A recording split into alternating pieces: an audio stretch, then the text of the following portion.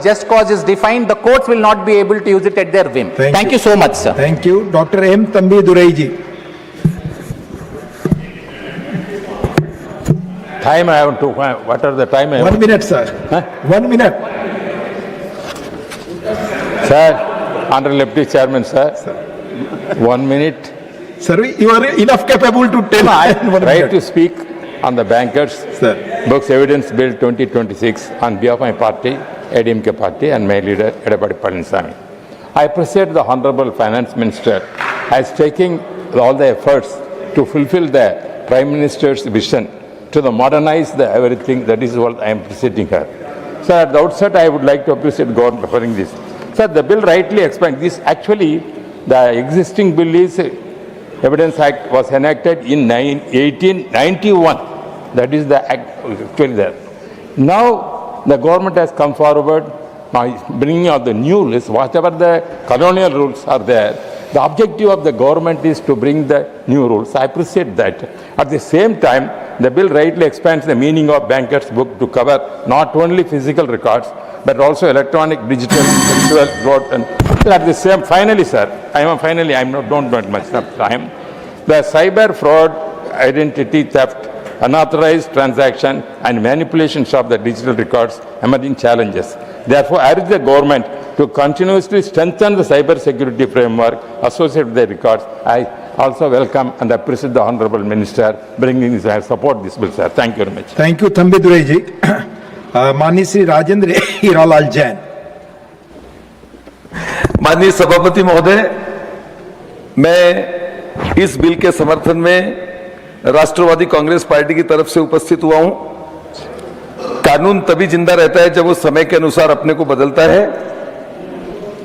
1881 का कानून 2026 के डिजिटल भारत बैंकिंग व्यवस्था के साथ न्याय नहीं कर सकता, इसलिए आदरणीय वित्त मंत्री महोदय और हमारी सरकार ने इस कानून को लाया है। जिस समय कानून बना था उस समय न कंप्यूटर थे, न इंटरनेट थे, न मोबाइल बैंकिंग थी, न डिजिटल हस्ताक्षर थे।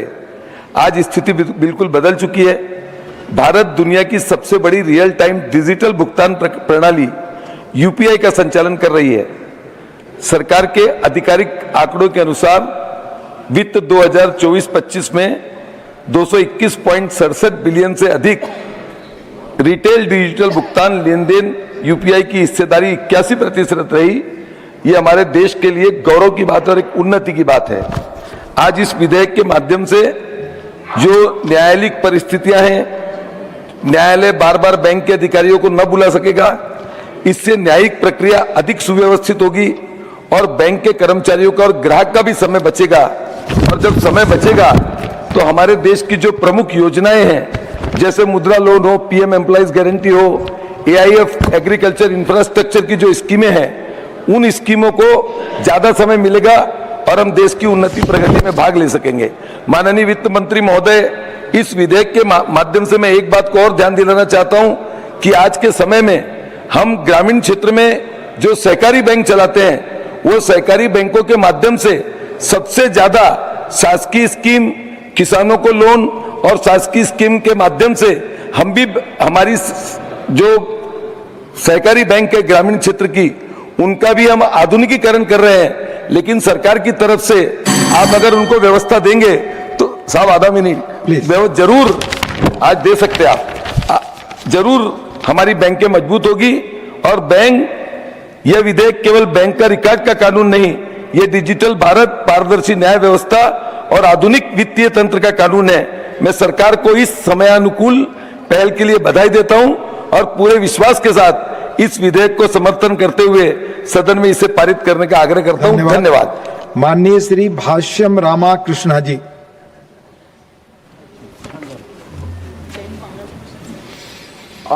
Deputy Chairman, sir, I rise to support the Bankers Books Evidence Bill 2026. Sir, this bill replaces a 135-year-old colonial law with a modern legal framework that recognizes physical, electronic, digital, virtual, and cloud-based banking records. It also provides a clear mechanism for certification of electronic records and clearly defines the circumstances under which banks may be required to produce records before courts. These are timely reforms in an era where India's banking system has become predominantly digital. కాలానుగుణంగా చట్టాలు మారాలి, కానీ ప్రజల విశ్వాసం కూడా అంతే బలంగా నిలవాలి. As we digitize banking, we must also strengthen cyber security, data privacy, and the protection of customers' financial information. Technology should make banking easier, but it should never make citizens more vulnerable to cyber frauds. Sir, Andhra Pradesh దృష్టికోణంలో ఒక విషయం ప్రత్యేకంగా ప్రస్తావిస్తున్నాను. మా ముఖ్యమంత్రి నారా చంద్రబాబు నాయుడు గారి ఆధ్వర్యంలో ఆంధ్రప్రదేశ్లో రైతులు, మహిళా స్వయం సహాయక సంఘాలు, మత్స్యకారులు, చిన్న వ్యాపారులు, యువ పారిశ్రామికవేత్తలు పెద్ద ఎత్తున డిజిటల్ బ్యాంకింగ్ సేవలను వినియోగిస్తున్నారు.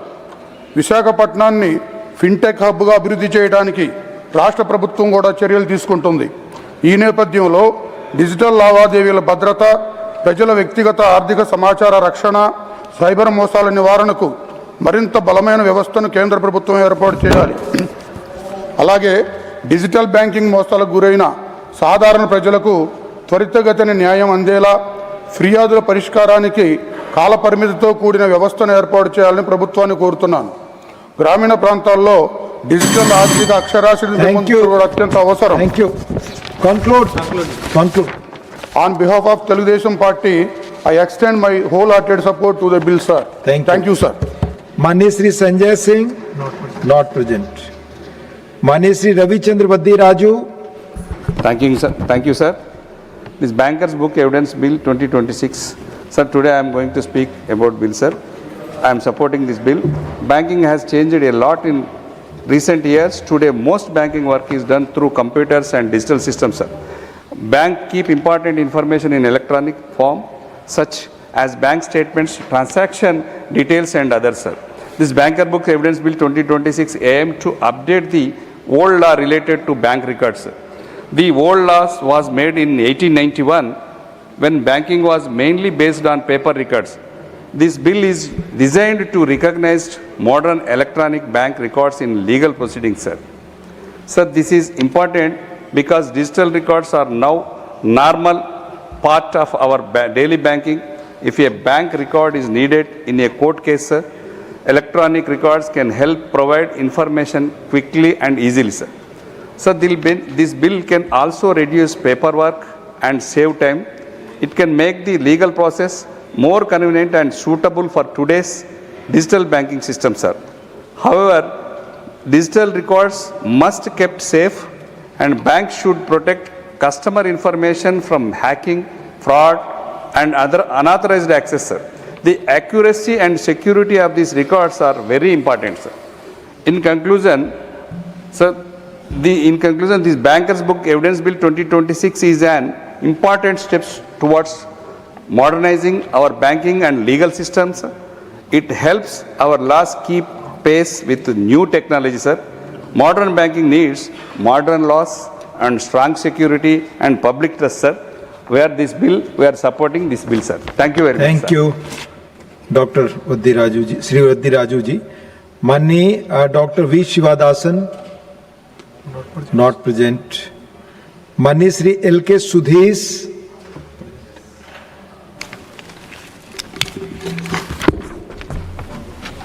Thank you, Honorable Deputy Chairman. On behalf of Desiya Murpogu Dravida Kalagam, I rise to speak on the Bankers Book Evidence Bill 2026. Sir, the original Bankers Book Evidence Act was 1891. At the time, banking was largely paper-based.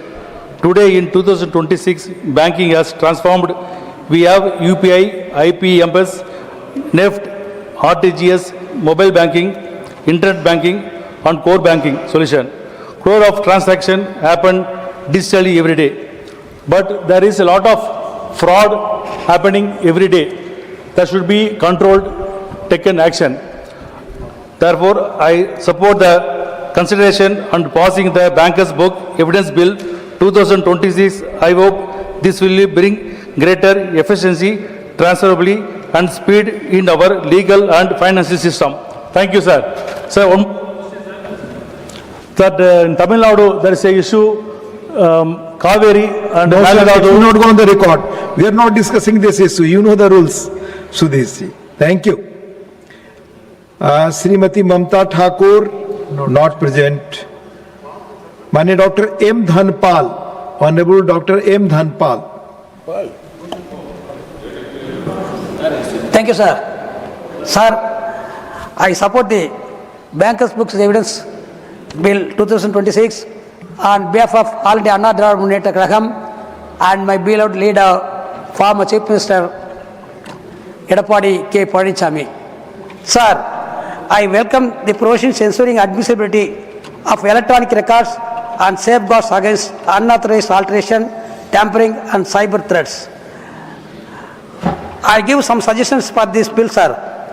1. Customer privacy should be protected through appropriate redaction and restricted access to unrelated financial information. 2nd, standard electronic formats should be developed for producing banking records before courts. 3rd, sir, the government may provide greater clarity regarding fintech and other financial sector entities that may be brought under the Act. Sir, these suggestions would make the legislation more secure, consistent and future ready. I support the bill and urge the Honourable Minister to consider the 3 constructive suggestions, sir. Thank you, sir. Thank you. Manya Dr. Jyoti Nagnath Bagmare. Honorable Deputy Chairman, sir, thank you for giving me this opportunity to express my views on Bankers Books Evidence Bill 2026. On behalf of my party Shiv Sena, sir, I rise here today to support the bill. So today the House is going to witness the historical moment, the end of 135 years old colonial British rule and the beginning of new revolutionary changes which make our country future ready. Sir, on behalf of our leader, Honorable Deputy Chief Minister of Maharashtra Eknath Shinde ji, who is the torchbearer of women empowerment and started a very important scheme like Ladki Bahin and gifted the financial freedom to the women, I would like to congratulate Honorable Finance Minister Nirmala Sitharaman ji. Sir, I think she is giving a very strong message of women liberation and women empowerment, not only to the country but to the entire nation. And I think, sir, she proved that चूल्हे चौके की चौखट से निकलकर नया इतिहास रचाती है, चूल्हे चौके की चौखट से निकलकर नया इतिहास रचाती है। भारत की नारी आज सिर्फ घर ही नहीं बल्कि देश की अर्थव्यवस्था भी चलाती है। मजबूत इरादे, अदम्य साहस, बुलंदियों को छूता मान है। मजबूत इरादे, बुलंद साहस, बुलंदियों को छूता मान है। अंतरिक्ष से लेकर अर्थव्यवस्था तक नारी शक्ति ही देश की शान है। Sir, I think this bill also reflects the larger vision of our Prime Minister, Honorable Narendra Modi ji. Sir, I think the technology had changed the way India banks, and this bill changes the way India proves. Sir, this is the real significance of this legislation.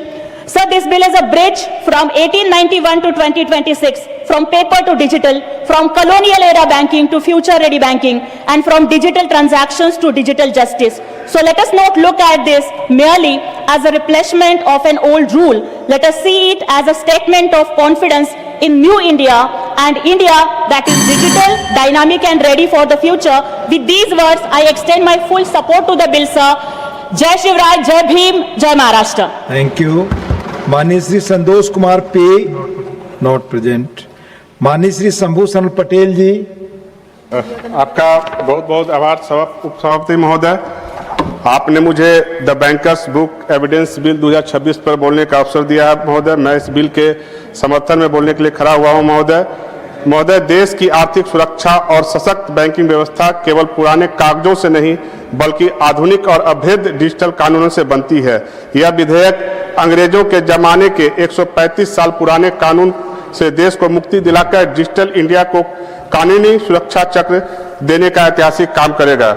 महोदय, हमारी केंद्र की भाजपा और NDA सरकार माननीय प्रधानमंत्री नरेंद्र मोदी जी के नेतृत्व में देश की तरक्की के लिए, राष्ट्र के लोगों के विकास के लिए और विकसित भारत बनाने के लिए दृढ़ संकल्पित है। महोदय, केंद्र सरकार विकास की गति को बनाए रखने के लिए देश के व्यापारियों, सरकारी कर्मचारियों, देश के नागरिकों की सुविधा के लिए अंग्रेज के जमाने के 1500 से अधिक कानूनों को हमारे सरकार ने या तो निरस्त किया है या उसमें बदलाव किया है महोदय। उसी की एक कड़ी में आज जो है ये बैंकर्स बिल जो है या हमारी सरकार इस सदन में लेके आई है महोदय। इस बिल के आ जाने के बाद जो 135 साल पुराना कानून था बैंकर्स बिल का, वो आज निरस्त हो जाएगा महोदय। आज आजाद भारत का आजाद बैंकर्स के लिए आजाद बिल हम लोग को मिलेगा महोदय।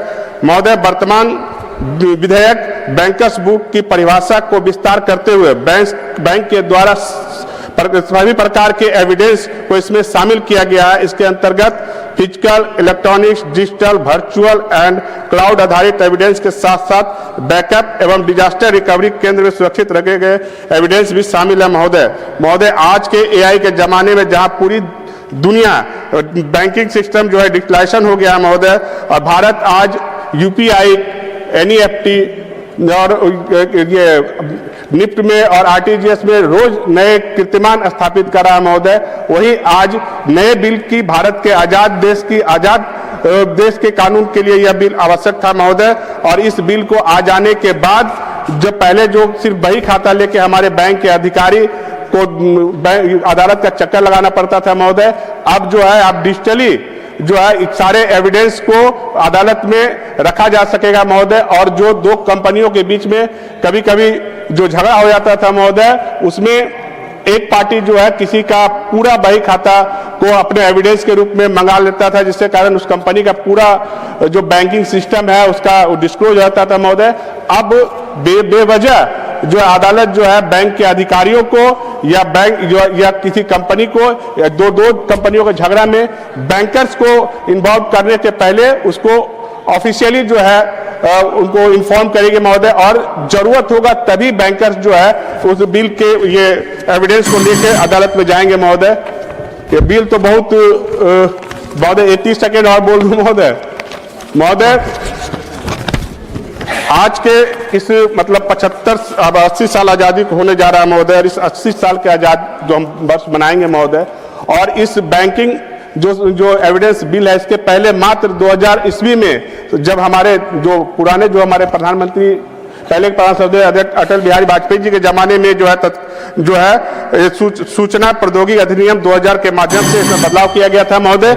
अब समय आपने बहुत कम दिया है महोदय, इसलिए बहुत बहुत धन्यवाद महोदय। मैं इस बिल का समर्थन करते हुए अपनी बात को विराम देता हूं महोदय, धन्यवाद। माननीय शंभू जी, पार्टी समय देती है, हमने तो अतिरिक्त दिया और बैठे। माननीय Shrimati Nirmala Sitharaman ji to reply the discussion. So thank you very much, sir. So actually, before I respond to the discussion points, these are the kind of bills on which the opposition should actually take interest and participate, sir. These are very reformatory. These are going to help the country to move forward fast. And these are steps on which no one can have a difference of opinion, except if they want to suggest improvements on it. So it's such a sad state, sir, that our opposition chooses to walk out on these kind of important debates. So, you may remember, sir, Honorable Prime Minister, speaking from the Red Fort, had very clearly called for change in the mindset that is so required. He spoke about the Panch Pran, and one of the things that he had highlighted was get over the colonial mindset.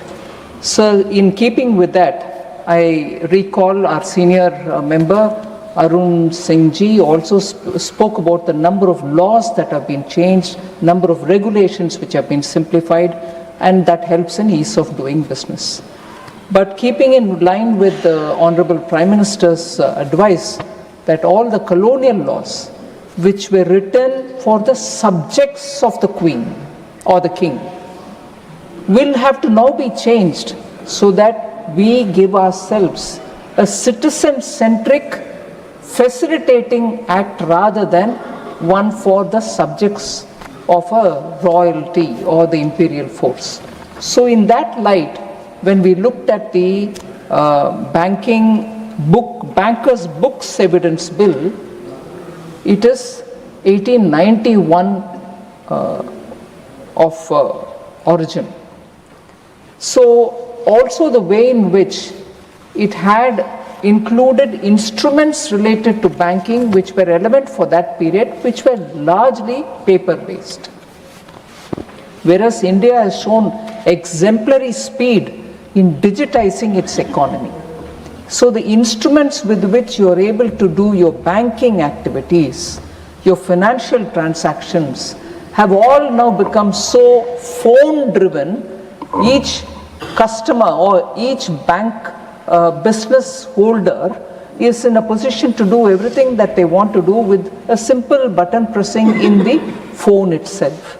So the related aspects of doing business through a bank, commercial operations, also will have to catch up with that kind of a digitization in the financial inclusion area, financial sector.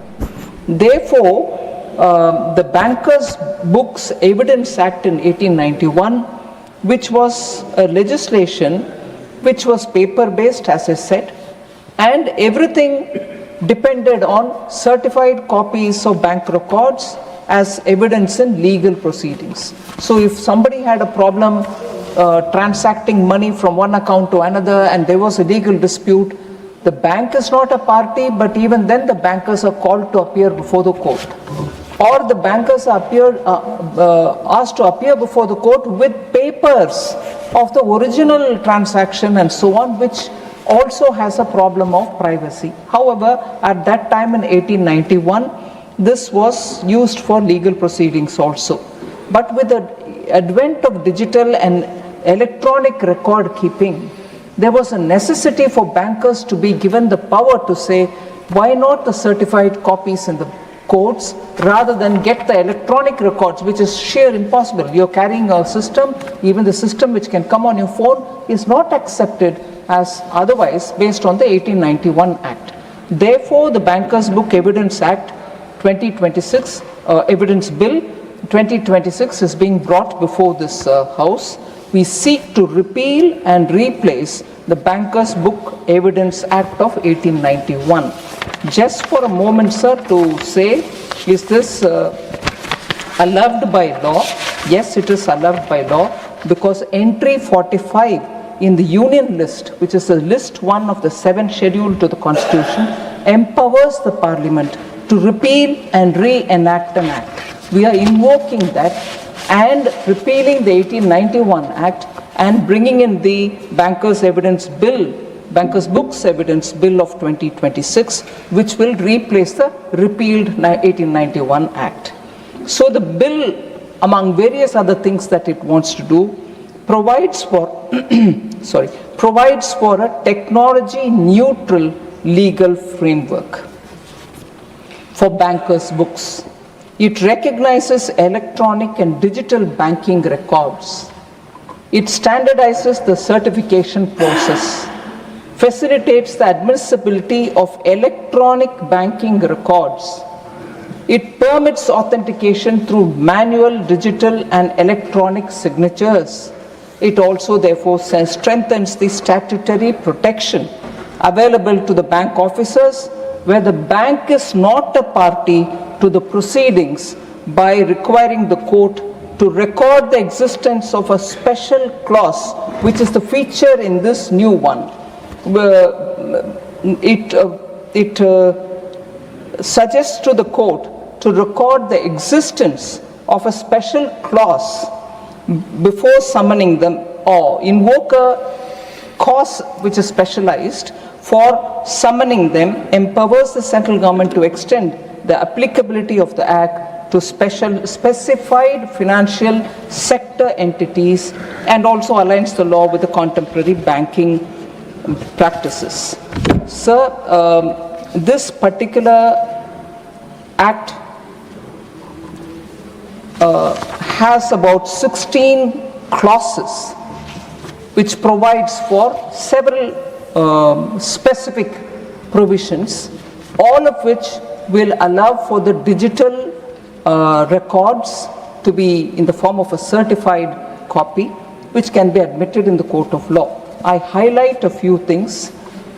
Explicit legal recognition is going to be provided if this House passes this Act, passes this bill as an act. So explicit legal recognition of electronic records. So this provides, this particular clause provides that electronic or digital records of bankers' books shall be admissible, it shall be valid and legally enforceable as evidence subject to the conditions specified under the Act. So clauses 6 and 7 relate to that. Expanded definition of bankers' books is being brought in now. It expands the definition of bankers' books to include records maintained in written or physical form or stored in electronic or digital form or otherwise, either on-site or at off-site or virtual or cloud location, including backup or disaster recovery site. So that is the clause 2(1)(b) which we are bringing in now. Conditions for admissibility of electronic or digital records prescribes, this act will prescribe, once passed, the conditions to be satisfied for the admissibility, validity, enforceability of electronic and digital records of bankers' books as evidence, with an enabling provision for the central government to notify such other conditions. Standardized certificates can also be prescribed. So this act prescribes separate certificate formats for certified copies of bankers' books maintained in written or physical form or in electronic or digital form as specified in the first schedule and the second schedule respectively. So again, the central government may by notification modify the certificates and specify in the rules. This is clause 3 and clause 12 read with the first schedule and the second schedule of the act. So defines, this act also will define the expression special cause, which I mentioned when I opened up the remarks. The special cause will be a part of this bill if passed as an act. It will give the basis for summoning a bank officer to produce bankers' books or appear as a witness in legal proceedings to which the bank is not a party. There can be a case where two people are fighting, commercial case, the bank is not even a party. Today they are all being asked to come and stand before the court, which is their duty, they will do it. But is there a reason why they should be called in a dispute which is not involving the bank at all? So we are now giving a clause through which a special cause can be invoked by the courts, whereupon they can ask the bank to come and appear, even if it's not a party. And therefore the evidence and everything, even if they are electronic, can be taken and that can be made applicable. Sir, so the special cause can be invoked. I also, in this context, understand, and also the points which I mentioned a bit earlier, appreciate the point made by Sri Niranjan Reddy of the YSRCP about can there be a committee which therefore authorizes instead of the, every time the government having to come to the parliament. Whilst I appreciate the point made, more than the ease which provides it for the government will not hesitate to come before the House to seek their approval and be accountable to the House. So the point which you have made is well taken, Honourable Member, but I would like to assure that the government will be happy to come and stand before the House to explain.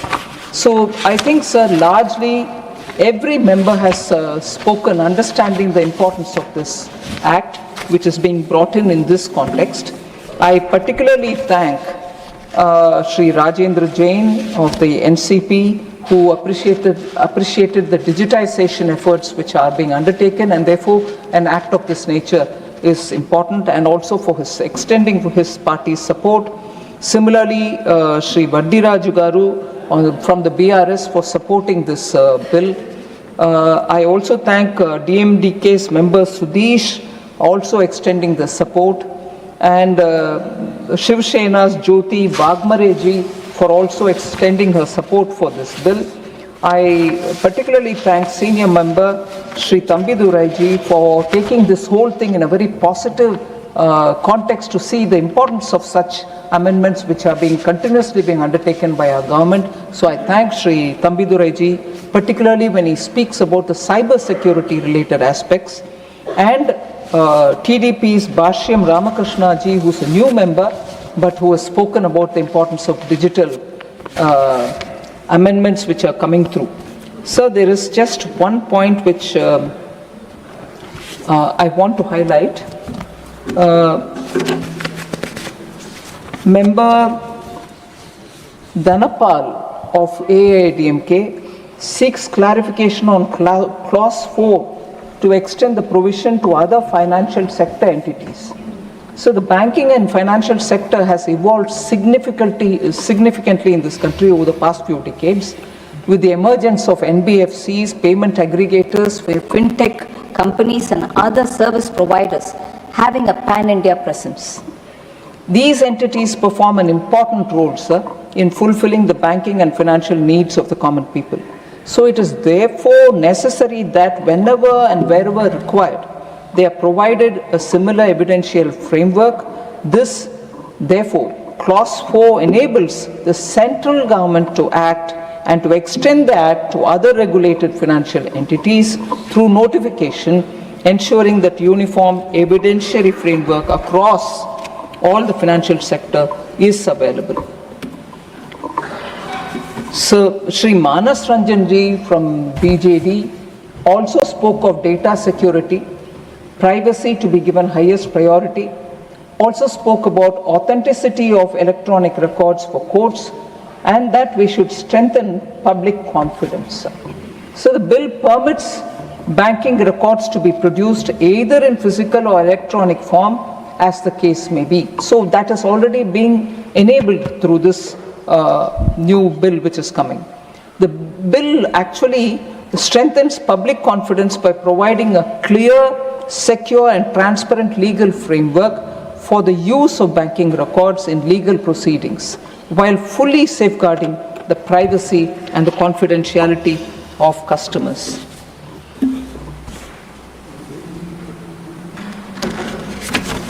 So largely I think I've addressed most of the concerns of members. In case I've missed out on anything, I'm sorry, I can always meet them in person and talk about it. So I'm grateful that you've given me an opportunity to reply for the debate. Honorable members, the question is that the Bankers Books Evidence Bill 2026 as passed by Loksabha be taken into consideration. Those in favor will please say aye. Aye. Those against will please say no. I think the ayes have it, the ayes have it, the ayes have it. The motion is adopted. We shall now take up clause by clause consideration of the bill. Clause 2 stands part of the bill. Those in favor will please say aye. Aye. Those against will please say no. I think the ayes have it, the ayes have it, the ayes have it. Clause 2 is adopted. Clause 3 stands part of the bill. There is one amendment. Number 6 by Dr. V. Shivadasan. Dr. V. Shivadasan, not present. I shall now put clause 3 to vote. Those in favor will please say aye. Aye. Those against will please say no. I think the ayes have it, the ayes have it, the ayes have it. Clause 3 is adopted. Clause 4 stands part of the bill. There are two amendments. Number 1 by Dr. John Britas. Are you moving the amendment? No, sir. Moving? Not moving. I understand that, yeah. Not moving. Dr. V. Sivadasan. Number 7 by Dr. V. Sivadasan. Not present. Amendments? Not moved. I shall now put clause 4 to vote. Those in favor will please say aye. Aye. Those against will please say no. I think the ayes have it, the ayes have it, the ayes have it. Clause 4 is adopted. Clause 5 stands part of the bill. There is one amendment. Number 8 by Dr. V. Shivadasan. Not present. I shall now put clause 5 to vote. Those in favor will please say aye. Aye. Those against will please say no. I think the ayes have it, the ayes have it, the ayes have it. Clause 5 is adopted. Clause 6 stands part of the bill. Those in favor will please say aye. Aye. Those against will please say no. I think the ayes have it, the ayes have it, the ayes have it. Clause 6 is adopted. Clause 7 stands part of the bill. There are two amendments. Number 2 by Sriman A. Rahim, not present. Number 9 by Dr. V. Shivadasan, not present.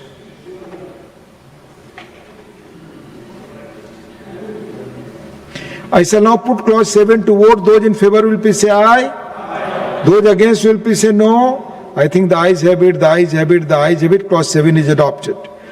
Clause 8 stands part of the bill. There is one amendment, number 3 by Sriman A. Rahim, not present. Amendment not moved. I shall now put clause 8 to vote. Those in favor will please say aye. Those against will please say no. I think the ayes have it, the ayes have it, the ayes have it. Clause 8 is adopted. Clause 9 stands part of the bill. There is one amendment, number 10 by Dr. V. Shivadasan, not present. Amendment not moved. I shall now put clause 9 to vote. Those in favor will please say aye. Those against will please say no. I think the ayes have it, the ayes have it, the ayes have it. Clause 9 is adopted. Clause 10 stands part of the bill. Those in favor will please say aye.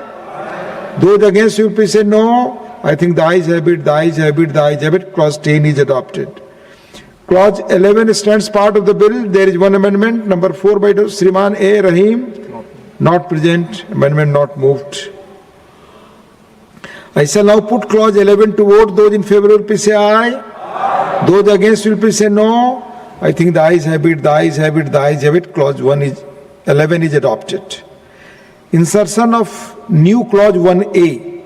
There is one amendment, 11A. Insertion of new clause 11A. There is one amendment for insertion of new clause 11A. Number 5 by Sriman A. Rahim, not present. Amendment not moved. Clauses 12 to 16, the first schedule and the second schedule stands part of the bill.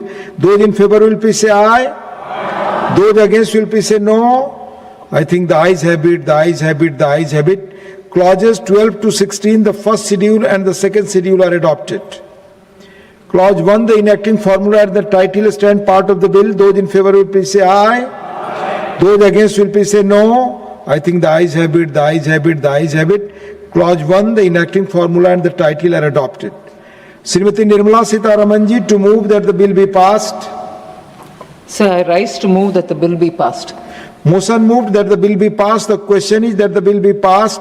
Those in favor will please say aye. Those against will please say no. I think the ayes have it, the ayes have it, the ayes have it. The bill is passed. Honorable members, now next business, statutory resolution and the taxation and other laws amendment bill 2026. Dr. John Britas to move the following resolution, that this House disapproves of the income tax amendment ordinance 2026 number 2 of 2026 promulgated by the President on 5/6/2026. Please move the resolution. Sir, this House disapproves of the income tax amendment ordinance 2026 number 2 of 2026 promulgated by the President on 5th June 2026. Sir, my motion is on the premise that they promulgated the ordinance on 5th June and there was a retrospective effect from 1st April.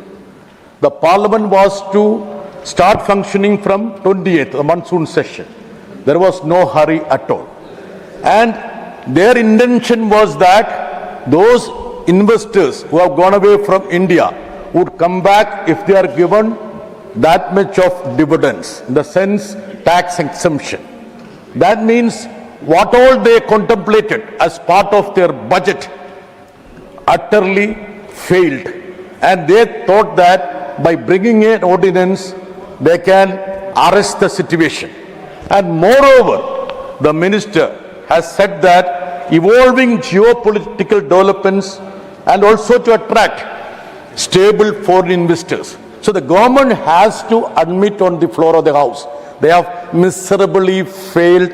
Sir, I have 3-4 minutes, please. Now, what they have done, see, actually they have taken the Parliament and the nation for a ride. Now, Now, in order to convert this ordinance into a law, they have brought a bill that is encompassing many other aspects which were not part of the ordinance. One of the cardinal things which they have actually brought in as part of the bill is that taxing the people in the form of UPI. Those who are using UPI, there is a merchant discount rate that is going to be imposed. And the minister has been trying to explain that, no, this is not for those people who are part of the UPI. 54 crore people are part of these UPIs. Sir, you and me were asked to vote to be part of the digital empire.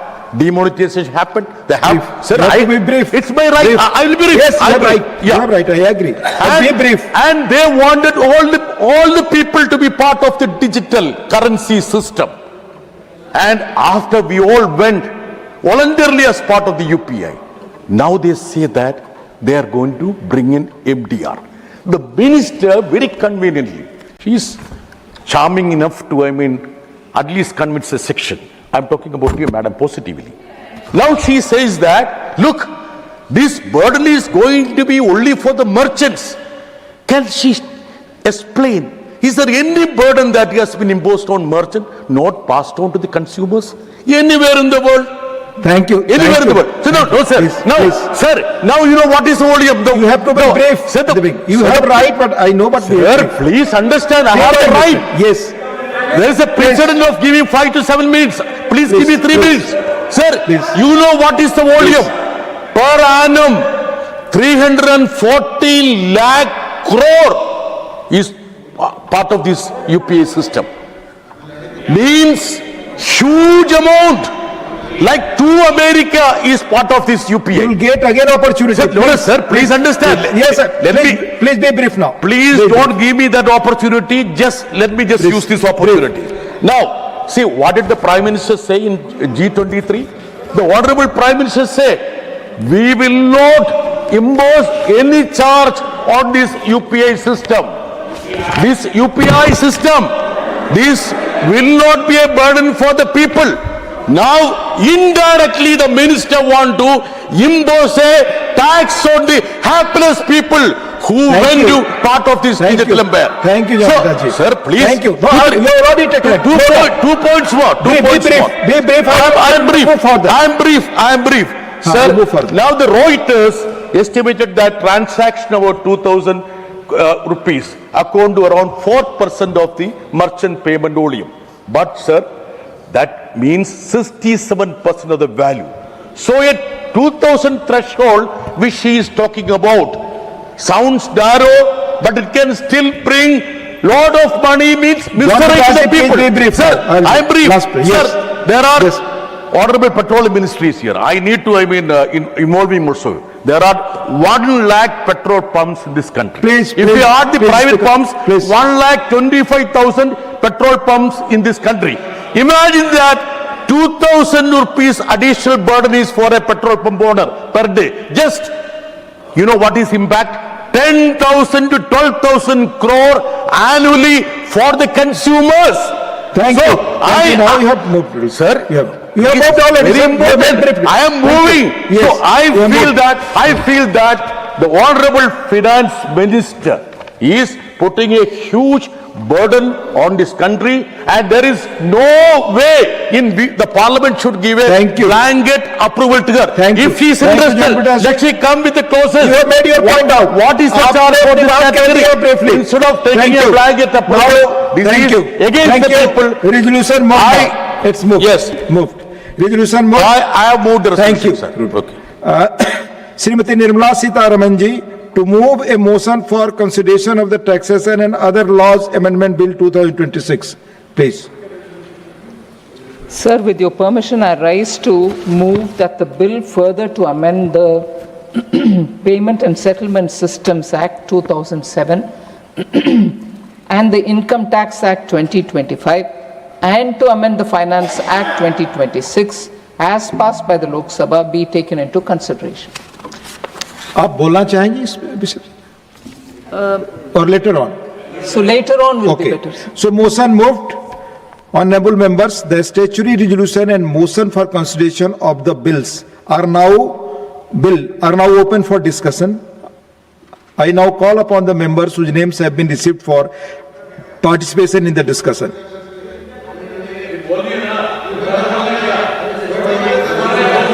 Please, no cross talking. Jam Pitasi, please. Mani Shriman Samirul Islam. No cross talking. Talk. Shriman Samirul Islam, not Shriman Tarun Chug. Shriman Tarun Chug. Shriman Tarun Chug. माननीय सभापति जी, मैं इस bill की support के लिए खड़ा हुआ हूं। जो राष्ट्र समय की चुनौतियों को पहचान कर अपनी नीतियों को समय के साथ आगे बढ़ाता है, वही राष्ट्र आने वाले कल की दिशा तय करता है। माननीय सभापति महोदय, मैं माननीय वित्त मंत्री बहन निर्मला जी ने जो बिल पेश किया है, उसमें आदरणीय प्रधानमंत्री श्री नरेंद्र मोदी जी की सोच की खुशबू आ रही है। ये विधेयक भारत को आगे बढ़ाने वाला, ये बिल ग्लोबल से लेकर लोकल तक हर क्षेत्र में निरंतर प्रगति करने वाला, चाहे वैश्विक मंच हो, भारत की बढ़ती प्रतिष्ठा हो, हमारी अर्थव्यवस्था के मजबूत करने की बात हो, ये सभी इसमें इंक्लूड हैं। इस विधेयक के पीछे एक बहुत व्यापक और दूरदर्शी सोच है कि भारत की अर्थव्यवस्था मजबूत बनाई जाए, निवेशकों का भरोसा कायम हो, उद्योग, व्यापार और रोजगार को आवश्यक स्थिरता दे, भारत को आने वाले वर्षों के लिए एक मजबूत, शक्तिशाली, आत्मनिर्भर और वैश्विक स्तर पर एक कॉम्पिटिटिव अर्थव्यवस्था के रूप में तैयार करना। माननीय सभापति जी, मैं आज जो दुनिया के अंदर इस समय जो परिस्थितियां हैं, उसके अंदर ये केवल सरकार के लिए एक राजस्व जुटाने का माध्यम नहीं है, इसे अर्थव्यवस्था के महत्वपूर्ण क्षेत्रों को स्थिरता और आवश्यक समर्थन भी देना होगा। मुझे लगता है इस विधेयक की सबसे बड़ी विशेषता यह है कि आज की बदलती हुई परिस्थिति को समझते हुए targeted tax exemption, rationalise conditions का रास्ता अपनाया गया है। माननीय सभापति जी, ये वह सोच है जिसे हम पिछले कई वर्षों से माननीय प्रधानमंत्री श्री नरेंद्र मोदी जी के नेतृत्व में देश की आर्थिक नीतियों में लगातार देखते आ रहे हैं, और जिसका परिणाम है कि आज भारत 7.8% की विकास दर से आगे बढ़ रहा है, और आज मेरा भारत दुनिया की सबसे तेजी से बढ़ने वाली अर्थव्यवस्था बना है। और हमें गर्व है कि प्रधानमंत्री नरेंद्र मोदी जी के नेतृत्व में आज भारत दुनिया की चौथी आर्थिक महाशक्ति के रूप में खड़ा हुआ है। इसके माध्यम से जहां प्रोग्रेसिव अप्रोच होगी, पॉलिसी में स्टेबिलिटी आएगी, ये एक भारत को आगे बढ़ाने वाला एक माइलस्टोन साबित होगा। ये बिल केवल एक टैक्स अमेंडमेंट्स नहीं है, बल्कि बदलती वैश्विक परिस्थिति के बीच भारत की इन्वेस्टमेंट, मैन्युफैक्चरिंग और इकोनॉमिक कंपटीशन को मजबूत करने का बहुत बड़ा प्रयास है। ग्लोबल ट्रेड, अविरोध और सप्लाई चेन अनिश्चितता के बीच स्टेबल, मजबूत और इन्वेस्टमेंट फ्रेंडली टैक्स रेजिम देना, ये आज की देश की जरूरत है। सरकार का स्पष्ट उद्देश्य है कि ईज ऑफ डूइंग बिजनेस में और टैक्स में निश्चितता, रणनीतिक निवेश और बढ़े और देश आगे तरक्की करे। फाइनेंशियल एक्ट 2026 के बाद स्टेक होल्डर से मिले फीडबैक को शामिल करते हुए टैक्सेशन फ्रेमवर्क को और रैशनलाइज और सिंप्लीफाई किया गया है। अब इलेक्ट्रॉनिक मैन्युफैक्चरिंग, भारत केवल इलेक्ट्रॉनिक्स का बड़ा मार्केट नहीं, बल्कि ग्लोबल इलेक्ट्रॉनिक्स मैन्युफैक्चरिंग का भरोसेमंद पार्टनर बन रहा है। इलेक्ट्रॉनिक्स मैन्युफैक्चरिंग में ग्लोबल सप्लाई चेन तेजी से बदल रही है। ऐसे समय में भारत लॉन्ग टर्म टैक्स निश्चितता और रणनीतिक जरूरत दोनों ही देश के लिए आगे बढ़ाना है। फॉरेन कंपनी और इंडियन कॉन्ट्रैक्ट मैन्युफैक्चरिंग को दिए जाने वाले कैपिटल गुड्स को और उसकी टूलिंग पर टैक्स एग्जम्पशन को 2030-31 से 2040-41 तक बढ़ाना, मैं समझता हूं ये एक दूरगामी कदम है। मैं वित्त मंत्री जी को इसकी बधाई देता हूं कि देश को तरक्की के लिए उन्होंने एक बड़ा रास्ता खोला है। इससे भारत का व्यापार, भारत का उद्योग, भारत का रोजगार तेजी से आगे बढ़ेगी। इससे इन्वेस्टर्स को शॉर्ट टर्म इंसेंटिव ही नहीं बल्कि लॉन्ग टर्म पॉलिसी के माध्यम से देश की तरक्की का रास्ता खुलेगा। ये एक इसके अंदर मैन्युफैक्चरिंग इकोसिस्टम व्यापक होगा। मेरा सभापति जी आपके माध्यम से मैं इस बिल की सपोर्ट करता हूं कि डाटा सेंटर और डिजिटल इकोनॉमी के माध्यम से आज डिजिटल इकोनॉमी आज की डिजिटल इंफ्रास्ट्रक्चर का बैकबोन है। इसलिए डाटा सेंटर्स के लिए टैक्स फ्रेमवर्क को प्रैक्टिकल और आज का बिजनेस फ्रेंडली बनाना ये देश की जरूरत है, जिसकी चिंता यहां की गई है। एलिजिबल फॉरेन कंपनी को डाटा सेंटर सर्विस प्रोड्यूस के लिए और गवर्नमेंट नोटिफिकेशन की जो रिक्वायरमेंट हटाई गई है, मैं समझता हूं ये एक लाल लतीफाशाही से जहां वित्त मंत्री जी ने निकालने का प्रयास किया है, वहीं ये भारत की ग्रोथ के लिए एक बहुत बड़ा कदम बनने वाला है। इंडियन कंपनीज द्वारा लीज इंफ्रास्ट्रक्चर पर ऑपरेटेड डाटा सेंटर्स को फ्रेमवर्क में अकोमोडेट किया गया है। इससे कंप्लायंस बर्डन कम होगा और डाटा सेंटर इन्वेस्टमेंट को बढ़ावा मिलेगा। FIIC को गवर्नमेंट सिक्योरिटीज में लेना और उसके इंटरेस्ट इनकम और कैपिटल गेन पर टैक्स एग्जम्पशन दिया गया है। इससे इंडियन गवर्नमेंट सिक्योरिटीज में फॉरेन पार्टिसिपेशन बढ़ेगा। इससे बॉन्ड मार्केट को डीपन और इंडिया को कैपिटल मार्केट इकोसिस्टम मजबूत होगा। भारत का इकोसिस्टम इससे बहुत ज्यादा मजबूत होगा। बैंक और इंटरनेशनल सेटलमेंट्स को भी इस फ्रेमवर्क से एग्जम्पशन दिया गया है। मैं समझता हूं यह बहुत बड़ा कदम है। रफ डायमंड के माइनिंग, ट्रेडिंग, ब्रोकरेज, एग्रीगेशन और कोऑक्शन के जुड़ी एलिजिबल फॉरेन कंपनियों को नोटिफाई स्पेशल जोन में टैक्स एग्जम्पशन दिया गया है।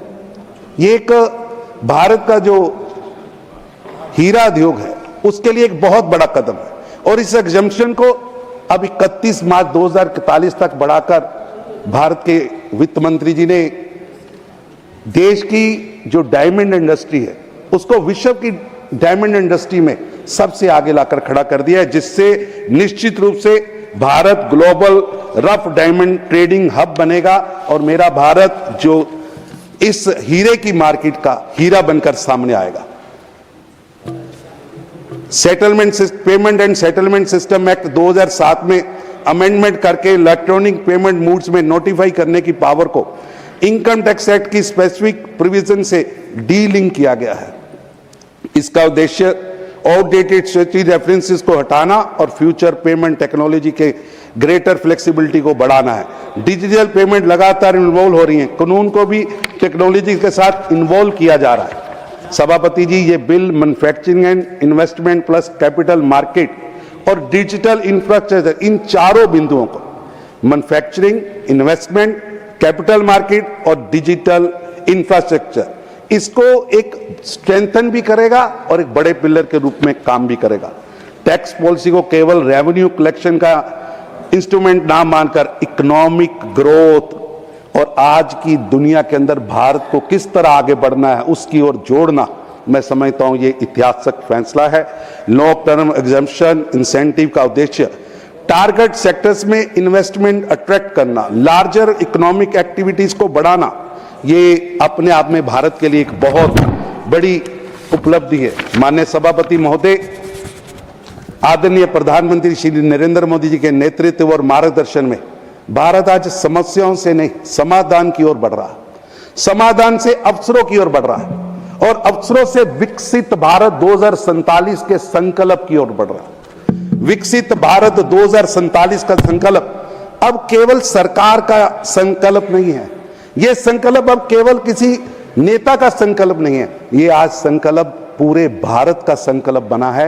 आज 140 करोड़ भारतीय विकसित भारत 2047 के लिए लगातार प्रयास कर रहे हैं और हर देश का युवा उस 2047 के विकसित भारत के प्रधानमंत्री के विजन को अपना विजन मानकर कदम दर कदम आगे बढ़ रहा है। मुझे पूरा विश्वास है जब 140 करोड़ भारतीय एक संकल्प को लेकर आगे बढ़ रहे हैं तो कोई भी चुनौती हमें विकसित भारत बनने से रोक नहीं सकती। विकसित भारत 2047 केवल लक्ष्य नहीं बल्कि आने वाली पीढ़ियों के लिए भारत के उज्जवल भविष्य के लिए प्रधानमंत्री श्री नरेंद्र मोदी जी द्वारा रखी गई एक आधारशिला है। भारत अब केवल भविष्य का इंतजार करने वाला देश नहीं है, भारत अपने भविष्य का निर्माण करने वाला देश है और जब लक्ष्य विकसित भारत का है तो हर सुधार राष्ट्र निर्माण की दिशा में एक बड़ा कदम बन जाता है। कराधान व अन्य विधियां संशोधन 2026 भी इसी व्यापक राष्ट्र निर्माण की यात्रा में एक महत्वपूर्ण कड़ी है। इसलिए मैं इस विधेयक का पूर्ण समर्थन करता हूं और माननीय वित्त मंत्री बहन निर्मला जी को इस दूरदर्शी पहल के लिए हार्दिक बधाई देता हूं। उनके इस प्रयास में प्रधानमंत्री नरेंद्र मोदी जी के विकसित भारत 2047 के संकल्प का पूरा होने का एक माइलस्टोन के रूप में देखता हूं। मैं इसका समर्थन करता हूं। धन्यवाद। धन्यवाद। नेक्स्ट स्पीकर माननीय सदस्य Shri P. Wilson, 5 minutes. Thank you, Chairman, sir. This Taxation and Other Laws Amendment Bill 2026 seeks to amend 3 acts: Amendment to Payment and Settlement Act 2007, Amendment to Income Tax Act 2005. Sir, shall I wait, sir? Honorable Finance Minister. Sir, I'll wait for Honorable Finance Minister, sir. नहीं आप बोलिए ना। Honorable Finance Minister is not माननीय here. वित्त राज्य मंत्री जी बैठे हैं। Yes. नहीं माननीय राज्य मंत्री जी Yes. मौजूद हैं। Yes. Madam, I can see you. I can see you. Yes. Amendment to Income Tax Act 2025 and the last one is Amendment to Finance Act 2026. Honorable Vice Chairman, sir, certain provisions are going to really affect the poor people, middle class people and the common man. The power which the Union government wants to bring by virtue of this amendment under Section 10A of the Payment and Settlement Act 2007 is, it is going to completely collapse the digital payment structure which the country adopted recently. We are making payments through UPI, through GPay, through Paytm.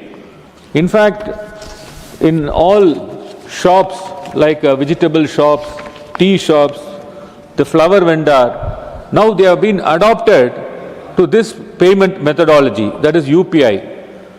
The government has been spending years together telling the people of India that you should go digital, use your phone, use UPI, do not carry cash.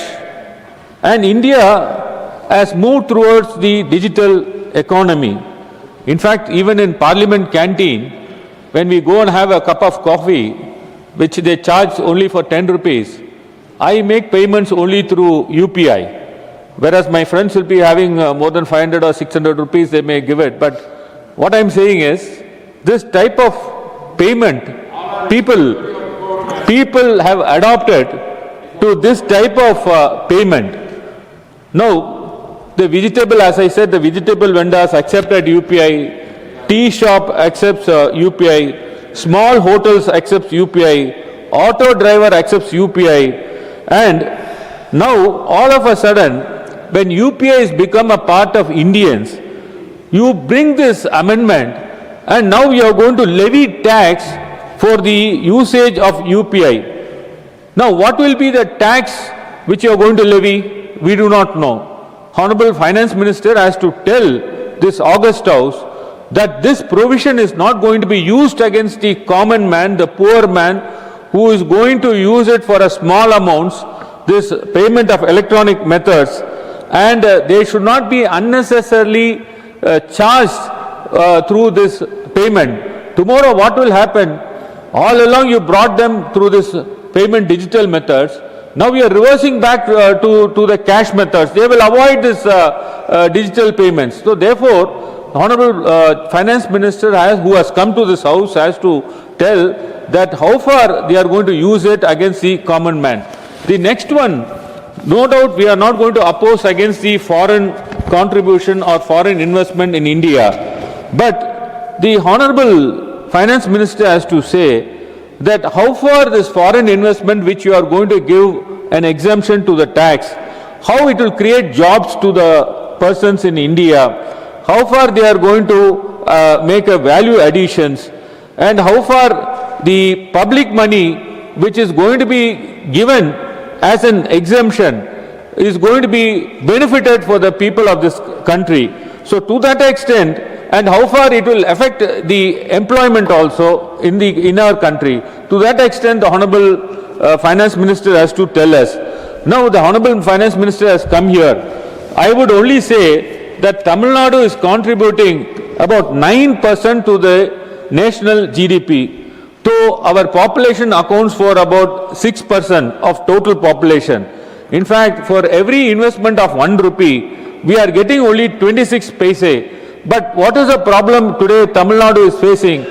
Sir, the Karnataka government is going to construct a Meghalaya dam. Sir, in fact, the then Chief Minister, Mr. M.K. Stalin, he wrote a letter on 4th of March 2026 requesting Karnataka government that not to construct the Meghalaya dam and ask for, I'll finish it, sir, I'll finish it. I'm coming in the point of tax only, sir. 30 minutes. Sir, I will conclude, sir, with respect to the tax. Sir, he has written letter and he has asked for a constitution of a tribunal. Sir, till today, the tribunal has not been constituted. Sir, when Tamil Nadu people are paying taxes to the union government, what is the difficulty in constituting a tribunal, sir? After all, they are asking for a constitution of a tribunal to solve this Meghalaya issues. When this tribunal is constituted... Next speaker, Mani Sadasya Sri Subhasis Khuntia. Sir, mic, sir.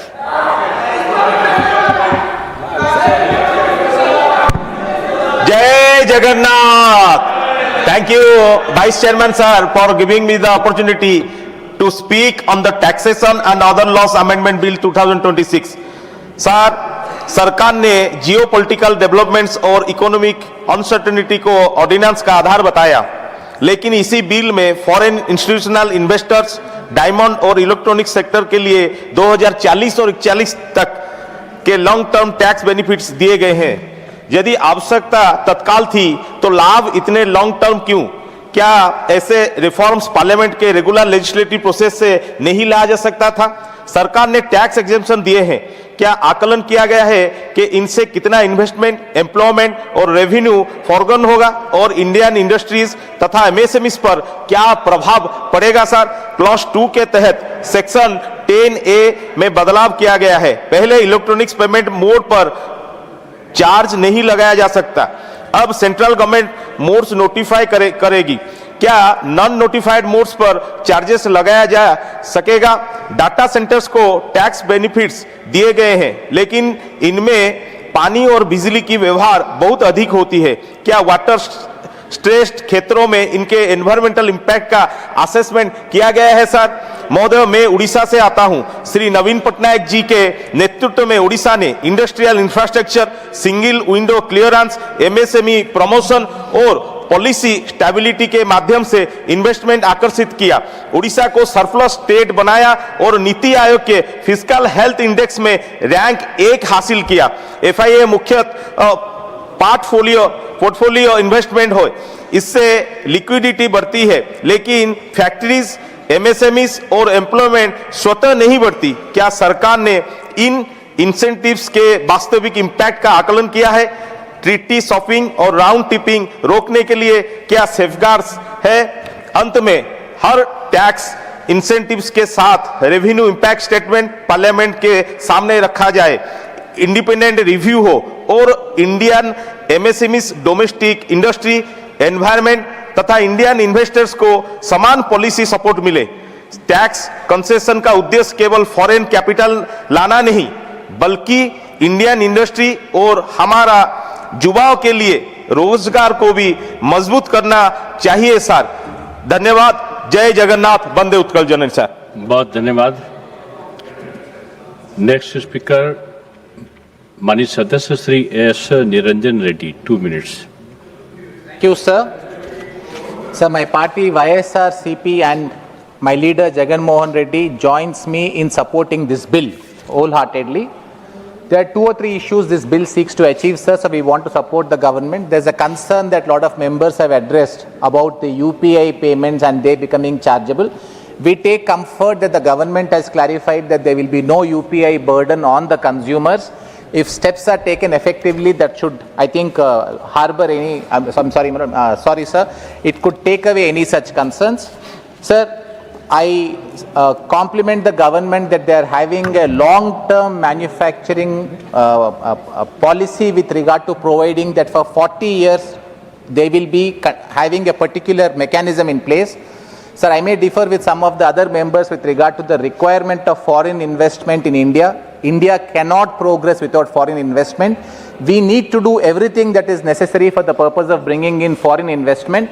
I would therefore urge the government to take further steps, sir, for the purpose of ensuring that any obstacles are removed, because as and when the foreign investors would again start looking at India more positively and aggressively, we should have the rails for ensuring that these investments come in seamlessly. Thank you, sir.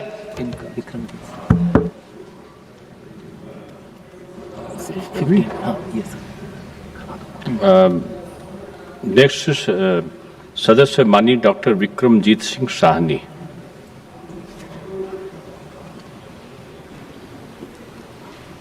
Thank you. Mike. Thank you, Chair. At the monsoon session, this is my first contribution. At the very outset, I rise to wholeheartedly support the Taxation and Other Laws Amendment Bill 2026. जैसे कि चाणक्य ने कहा है कि just as the bee collects honey without hurting the flower, so should a government collect taxes without harming the people.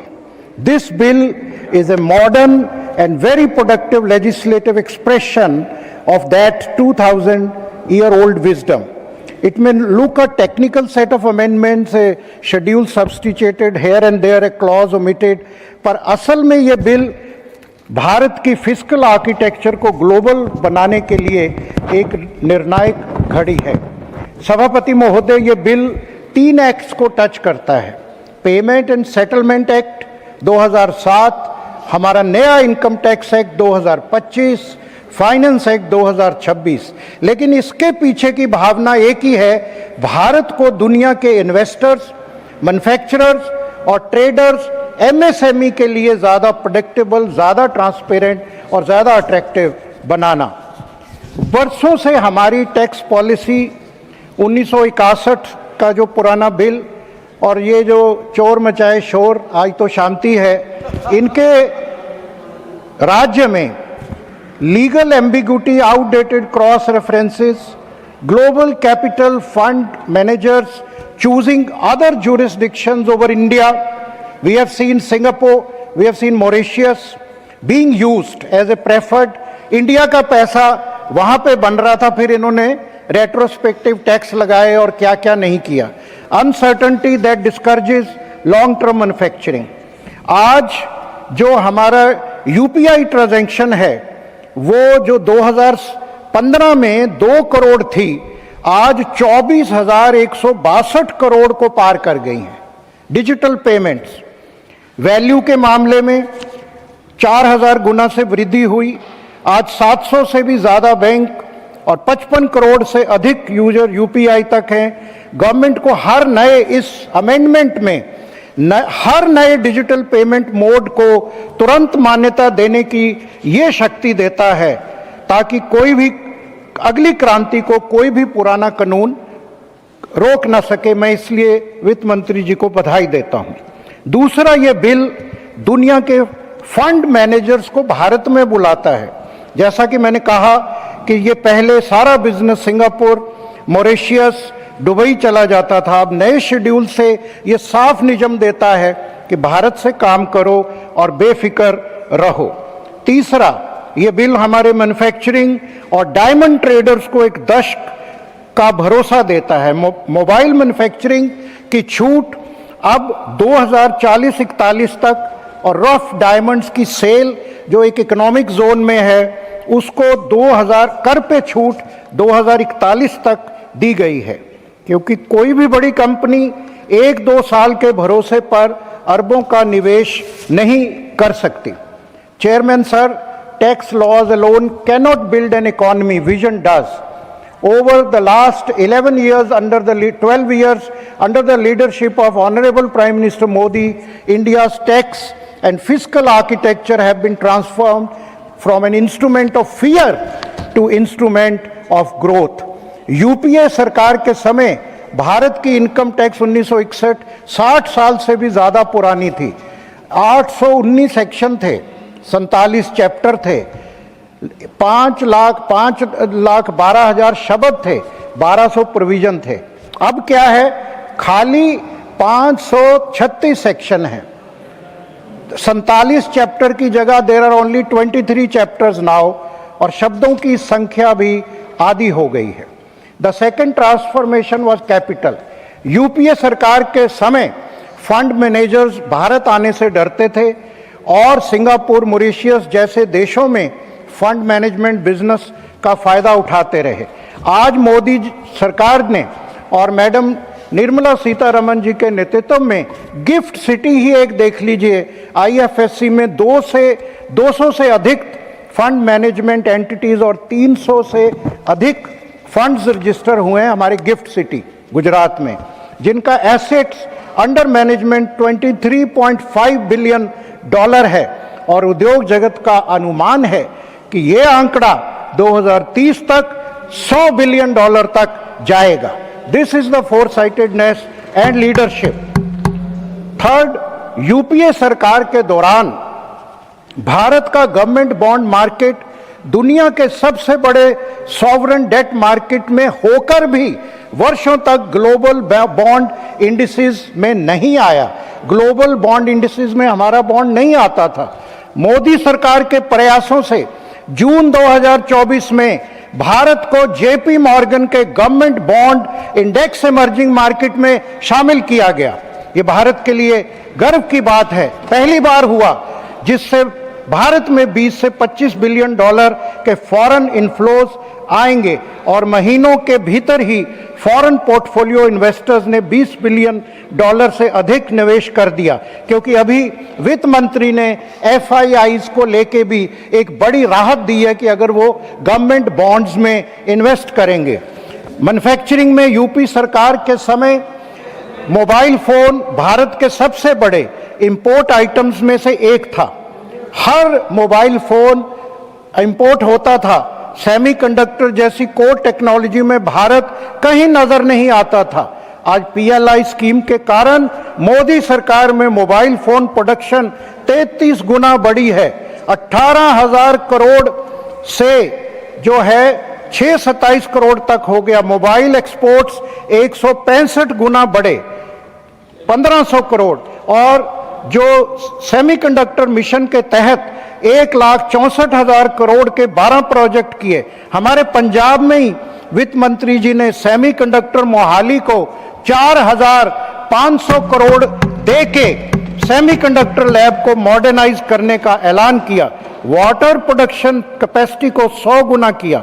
ये amendment bill manufacturing exemption को 2040-41 तक बढ़ाकर इस मैन्युफैक्चरिंग और सेमीकंडक्टर रेवोल्यूशन में एक रेवोल्यूशन लाएगा। अंत में जो हमारे भारत दुनिया में 15 में से 14 डायमंड्स को कट करता है, और फिर भी रफ डायमंड ट्रेडिंग में हमारा Surat diamond bourse special notified area भी टैक्स अनसर्टेनिटी के कारण 60% रफ डायमंड दुबई और अन्य देशों में बाहर की कंपनियों को भेजा जाता था। लेकिन अब फॉरेन माइनिंग कंपनीज को जो स्पेशल नोटिफाइड जोन में रफ डायमंड निकालेंगे, बेचेंगे, उनको भी इस अमेंडमेंट बिल में 2041 तक टैक्स एग्जम्पशन देकर भारत को डायमंड कटिंग पॉलिशिंग हब ही नहीं बल्कि एक सच्चा ग्लोबल ट्रेडिंग हब बनाने का रास्ता खोल दिया गया है। सभापति महोदय, ये टैक्सेशन खाली अमेंडमेंट बिल नहीं है, ये मोदी सरकार की उस सोच का विस्तार है जो मानती है कि एक simple, predictable, globally integrated tax system विकसित भारत की नींव है। 2014 से अगर मैं गिनाने चलूं, समय नहीं है कि कैसे कैसे टैक्स को रिड्यूस किया गया, पर्सनल को, हाउस होल्ड को, लो इनकम ग्रुप्स को, कॉरपोरेट को, सब में बहुत जो है उसको कम किया गया।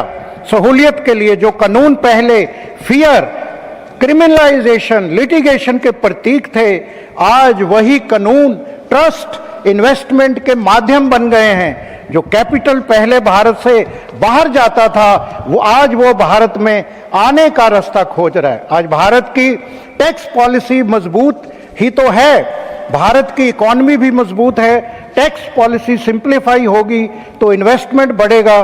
सो today we are not just amending this historical income tax laws and various benefits inter alia available to our business and industry. We are building the fiscal foundation of Fixed Bharat. Jai Hind. Thank you. धन्यवाद। Next माननीय सदस्य doctor M. Thambay Dure, 2 minutes. Thank you, Honorable Vice Chairman, sir. I support this bill brought by Honorable Finance Minister. Sir, this bill seeks to amend the Payment and Settlement System Act 9, 2007, the Income Tax Act 2025, and the Finance Act 2026. It also seeks to replace the Income Tax Amendment Ordinance 2026 with the Act of Parliament. The government has stated that these measures are necessary in view of the global economic uncertainty, disruption, international trade and supply chains, and the need to provide great tax certainty, sir. I want to raise one point, sir. Honorable Minister, DMK Minister Honorable Vincent spoke about criticism of this bill and also global investment said. I want to know from Honorable Finance Minister, during the DMK period, Stalin visited, former chief minister visited so many places, global event there. How much money brought for the investment here and benefited Tamil Nadu? Because he's a finance minister, he can explain that, what kind of thing they have done. Because during the DMK period, the whole economy of the Tamil Nadu gone very bad. Nearly 10 lakh crores of loan, borrowed crores of rupees, but the economy condition of Tamil Nadu is very bad condition. But he is criticizing certain things. And also same, sir, the aspersions he made. Because once he said, because some 5 rupees something is giving for getting coffee, but we are having 500 rupees. What about, he thinks about we are very poor, they are poor people, we are rich people. It's the aspersion of the members of other members. It's a member speaking about criticizing that this system and the digital system. He is telling about that other members having 500 rupees, 600 rupees like that. If you are said 50 rupees something you are telling. This is the way aspersion is making on the members being. Said it's a privilege I'm telling. You must not criticize the other members. You may be poor or rich, but how can you criticize other members? You are having so much of money, but he is having giving a small amount. This is the bill. You spoke about that. That is why I'm speaking. How can you criticize other members? Members' attitude always like this, sir. Thank you very much. धन्यवाद। माननीय सदस्य Shri Sanjay Singh ji, 2 minutes। धन्यवाद मान्यवर, आपने इस महत्वपूर्ण bill pay मुझे अपनी बात कहने का मौका दिया। मान्यवर, मैं इस बिल के विरोध में अपनी बात कहने के लिए खड़ा हुआ हूं और इस बिल का विरोध इसलिए कर रहा हूं कि आप इस बिल को अगर एक लाइन में कहना चाहें तो लौट के बुद्धू घर को आए वाला बिल है ये। मान्यवर, पहले आपने कहा डिजिटल इंडिया होना चाहिए, सारा व्यापार डिजिटली करिए, छोटे छोटे पेमेंट आप डिजिटली करिए। प्रधानमंत्री जी गर्व से कहते हैं वो चाय वाले हैं, लेकिन इस बिल के माध्यम से चाय वाला, सब्जी वाला, समोसे वाला, ठेले वाला, ऑटो वाला, टैक्सी वाला, रिक्शा वाला, सबका व्यापार आप चौपट कर रहे हैं। क्या कह रहे हैं आप इस बिल के अंदर?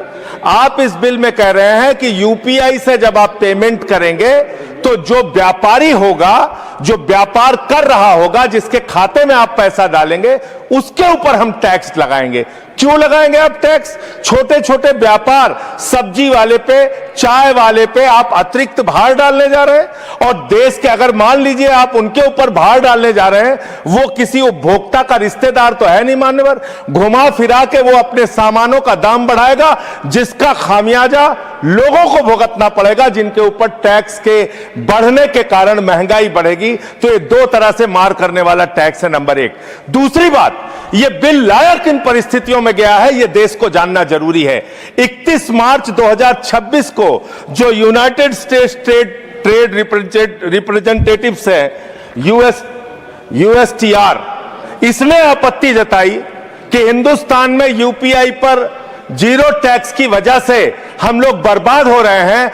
तो ट्रंप के दबाव में भारत की संप्रभुता को गिरवी रख के ये बिल लाया गया है। इसलिए इस बिल के हम खिलाफ। मान्यवर, बहुत कम स्पीकर हैं, एक आध मिनट का समय मुझे और दे दीजिए। मान्यवर, आपका जो समय, विदेशी दबाव में भारत की संप्रभुता को गिरवी रख के आप ऐसा बिल ला रहे हैं जिसमें फॉरेन इन्वेस्टर्स को तो आप टैक्स में 100% एग्जम्पशन दे रहे हैं, लेकिन जो हिंदुस्तान में छोटे छोटे व्यापार करने वाले लोग हैं, उनके ऊपर आप टैक्स लगाने जा रहे हैं। खत्म कर रहा हूं सर, 30 सेकंड और दे दीजिए। मान्यवर, यह सरकार कहती है यूपीआई के पूरे सिस्टम को मैनेज करने में आपको पैसा खर्च करना पड़ता है।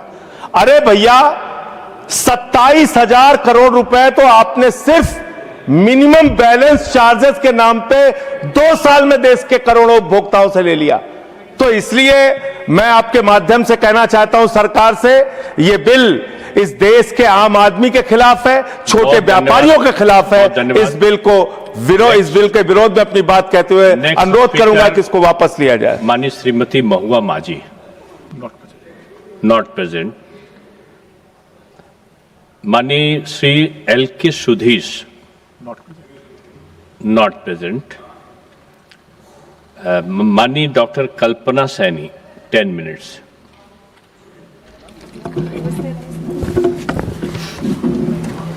माननीय उपसभापति महोदय, मैं आयकर संशोधन विधेयक 2026 के समर्थन में इस सदन में बोलने के लिए खड़ी हुई हूँ।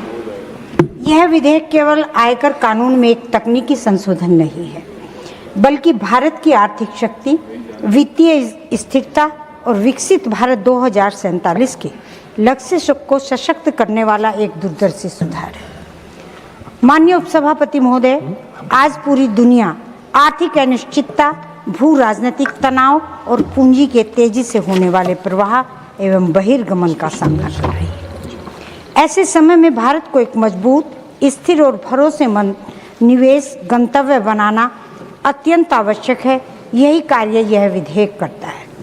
इस विधेयक के अंतर्गत 1 अप्रैल 2026 से विदेशी संस्थागत निवेशकों तथा bank for international settlements BIS को भारतीय सरकारी प्रतिभूतियों पर मिलने वाले ब्याज पर 20% विद होल्डिंग टैक्स तथा पूंजीगत लाभ कर से छूट प्रदान की गई। इसमें भारत के सरकारी ऋण बाजार में निवेश की बाधाएं समाप्त होंगी और दीर्घकालिक विदेशी निवेश को बढ़ावा मिलेगा। माननीय महोदय, यहाँ मैं कुछ महत्वपूर्ण आंकड़े सदन के सामने रखना चाहती हूँ। वर्ष 2004 में विदेशी संस्थागत निवेशकों के लिए भारत के सरकारी ऋण बाजार में निवेश की सीमा मात्र 175 बिलियन अमेरिकी डॉलर थी। वर्ष 2010 तक यह बढ़कर केवल 10 बिलियन अमेरिकी डॉलर ही पहुंच सकी, लेकिन उस दौरान विदेशी निवेश को आकर्षित करने वाली कर व्यवस्था में कोई बड़ा सुधार नहीं किया गया। परिणाम स्वरूप भारत लंबे समय तक वैश्विक बांड बाजारों में अपनी पूरी क्षमता का लाभ नहीं उठा पाया। माननीय महोदय, प्रधानमंत्री श्री नरेंद्र मोदी जी के नेतृत्व में वर्ष 2020 में FAR प्रारंभ किया गया। इसके परिणाम स्वरूप भारत को JP Morgan, JBI EM index, Bloomberg EM local currency index तथा FISE result emerging market index जैसे प्रमुख वैश्विक सूचकांकों को स्थान मिला। अब यह विधेयक भारत के लिए ग्लोबल एग्रीगेट इंडेक्स में शामिल होने की संभावना को भी मजबूत करता है। इससे वैश्विक निवेशकों का विश्वास बढ़ेगा और भारत के सरकारी बॉन्ड बाजार को नई मजबूती मिलेगी। माननीय महोदय, इस सुधार का एक बड़ा लाभ यह होगा कि रुपया अधिक स्थिर रहेगा। जब दीर्घकालिक विदेशी निवेश बढ़ेगा तब विदेशी मुद्रा का प्रवाह बढ़ेगा, जिससे वैश्विक अस्थिरता के समय रुपये पर पड़ने वाला दबाव कम होगा और भारत की व्यापक आर्थिक स्थिरता मजबूत होगी। यह विधेयक केवल सरकारी प्रतिभूतियों तक सीमित नहीं है, इसका लाभ देश के उद्योगों और MSME क्षेत्र को भी मिलेगा। जब सरकार को विदेशी निवेश से अधिक पूंजी उपलब्ध होगी तब घरेलू बचत पर दबाव कम होगा और निजी उद्योगों के लिए सस्ता ऋण उपलब्ध होगा। इससे निवेश बढ़ेगा, रोजगार बढ़ेंगे और आर्थिक विकास को नई गति मिलेगी। माननीय महोदय, इस विधेयक का एक और महत्वपूर्ण पहलू यह है कि सेवरिन ग्रीन बॉन्ड्स को भी इसका लाभ मिलेगा। इससे पर्यावरण अनुकूल परियोजनाओं में वैश्विक ESG निवेशकों की भागीदारी बढ़ेगी और भारत के हरित विकास अभियान को गति मिलेगी। माननीय महोदय, दस्तावेजों में यह भी उल्लेख किया गया है कि संस्थागत अनुमानों के अनुसार इस सुधार से अगले लगभग 1.5 वर्ष में 80 बिलियन अमेरिकी डॉलर तक का दीर्घकालिक वैश्विक निवेश भारत में आकर्षित हो सकता है। यदि ऐसा होता है तो यह भारत की अर्थव्यवस्था, अवसंरचना विकास और वित्तीय स्थिरता के लिए अत्यंत महत्वपूर्ण सिद्ध होगा। आज विश्व भारत की ओर आशा और विश्वास के साथ देख रहा है। भारत दुनिया की सबसे तेजी से बढ़ती प्रमुख अर्थव्यवस्था है। ऐसे समय में यह विधेयक भारत की वित्तीय संप्रभुता को और अधिक मजबूत करेगा तथा विकसित भारत 2047 के लक्ष्य को प्राप्त करने में एक महत्वपूर्ण भूमिका निभाएगा। अंत में मैं माननीय वित्त मंत्री जी तथा आदरणीय प्रधानमंत्री श्री नरेंद्र मोदी जी के दूरदर्शी नेतृत्व की सराहना करती हूँ, जिन्होंने ऐसे महत्वपूर्ण आर्थिक सुधारों के माध्यम से भारत का वैश्विक निवेश का सबसे विश्वसनीय केंद्र बनाने की दिशा में ऐतिहासिक कदम उठाया है। इन्हीं शब्दों के साथ मैं आयकर संशोधन विधेयक 2026 का पूर्ण समर्थन करती हूँ। धन्यवाद। जय हिंद। श्रीमान Rajiv Kumar, not present.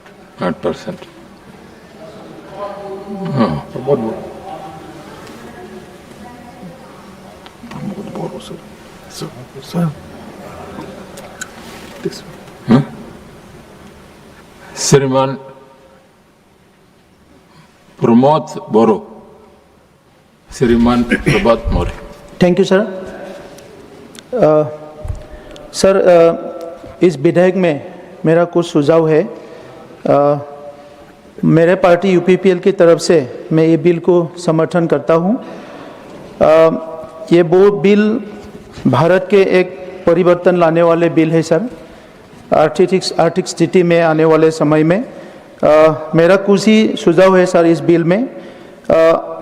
I support the decision to provide exemption to foreign institutional investors and the Bank for International Settlements from taxes on interest as well as capital gain from investment in government securities, which at present is the tax at 20% and 12.5% respectively. However, I would like to urge the government of India to work towards simplifying the complex compliances frameworks faced by such investors from regulators. Sir, दूसरा point है sir, easing conditions for foreign cloud service providers. The decisions to remove the condition that only those foreign companies notified by central government providing data center services will be exempted from taxes on income acquiring from procuring such service is a welcome step. Next, sir, I would like to urge the government of India to develop an integrated framework for renewable energy infrastructure with the proposed creation of data centers to account for reduction in carbon emissions in the long term. Sir, my next point is providing tax exemption for key industries. The new bill extends income tax exemption for foreign companies supplying capital goods, tooling and machinery to domestic Indian contract manufacturers along with extension of exemption until 2040-41 is a welcome step.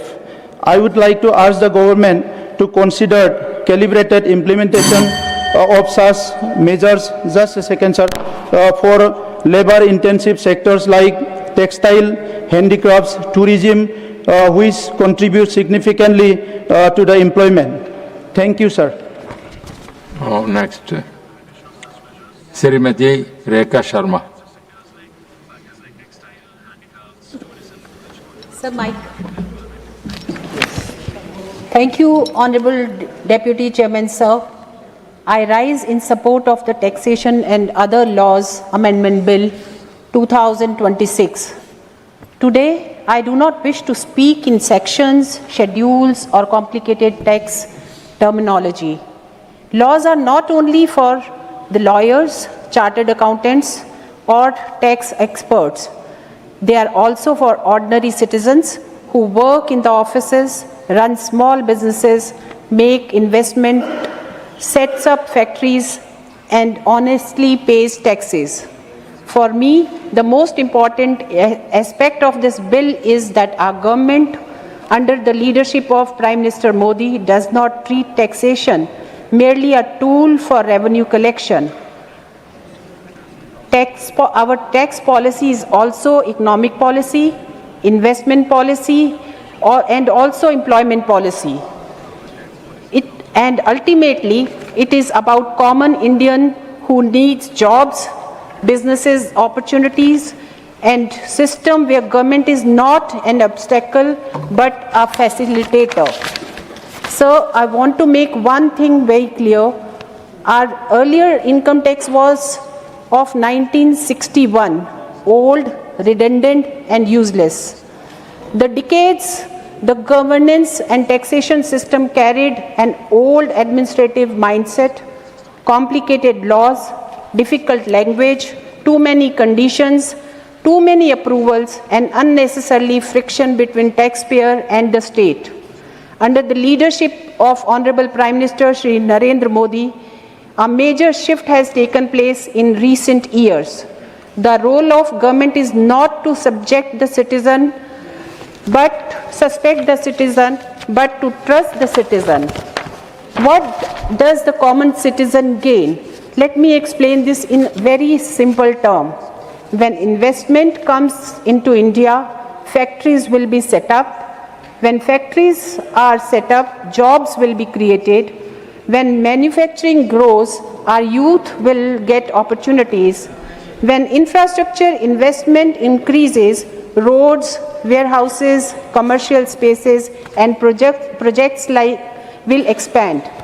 And when global companies choose India as their manufacturing and management base, then India will no longer remain just a market. India is becoming a global manufacturing and investment hub. That is the larger vision of this bill, making India a global investment destination. Earlier, eligible investment funds had many complicated conditions. How many investors must be there? How much one investor can invest? What should be the corpus? And in which entities investment can be made? There were multiple restrictions. This bill rationalized those conditions. This message is very clear. If you are a genuine global investor and want to operate transparently, India welcomes you. We do not want to keep capital outside and count paperwork. We want capital to come, enterprises to come, employment to come, and growth to happen in India. Today, from mobile phones to semiconductors, the world is rethinking supply chains. India has a historic opportunity. This bill provides for exemptions under specified conditions for income related to foreign companies, places component in custom bond warehouses and supplying them to Indian contract manufacturers for electronic production for a period of 15 years up to 31st March 2041. In simple language, it means components will come to India, manufacturing will happen in India, and jobs will be created for our youth. This is not just a tax concession. It is a tool to connect Make in India with global supply chains. India is one of the largest diamond processing center in the world. Our artisans cut and polish diamonds, but a large part of global rough diamonds trade has historically been routed through other international centers. Now, eligible foreign companies dealing in rough diamonds in special notified zones are being given exemption on specified income for 15 years up to 31st March 2041. Our objective is simple. The diamond processed in India should also be traded and valued from India.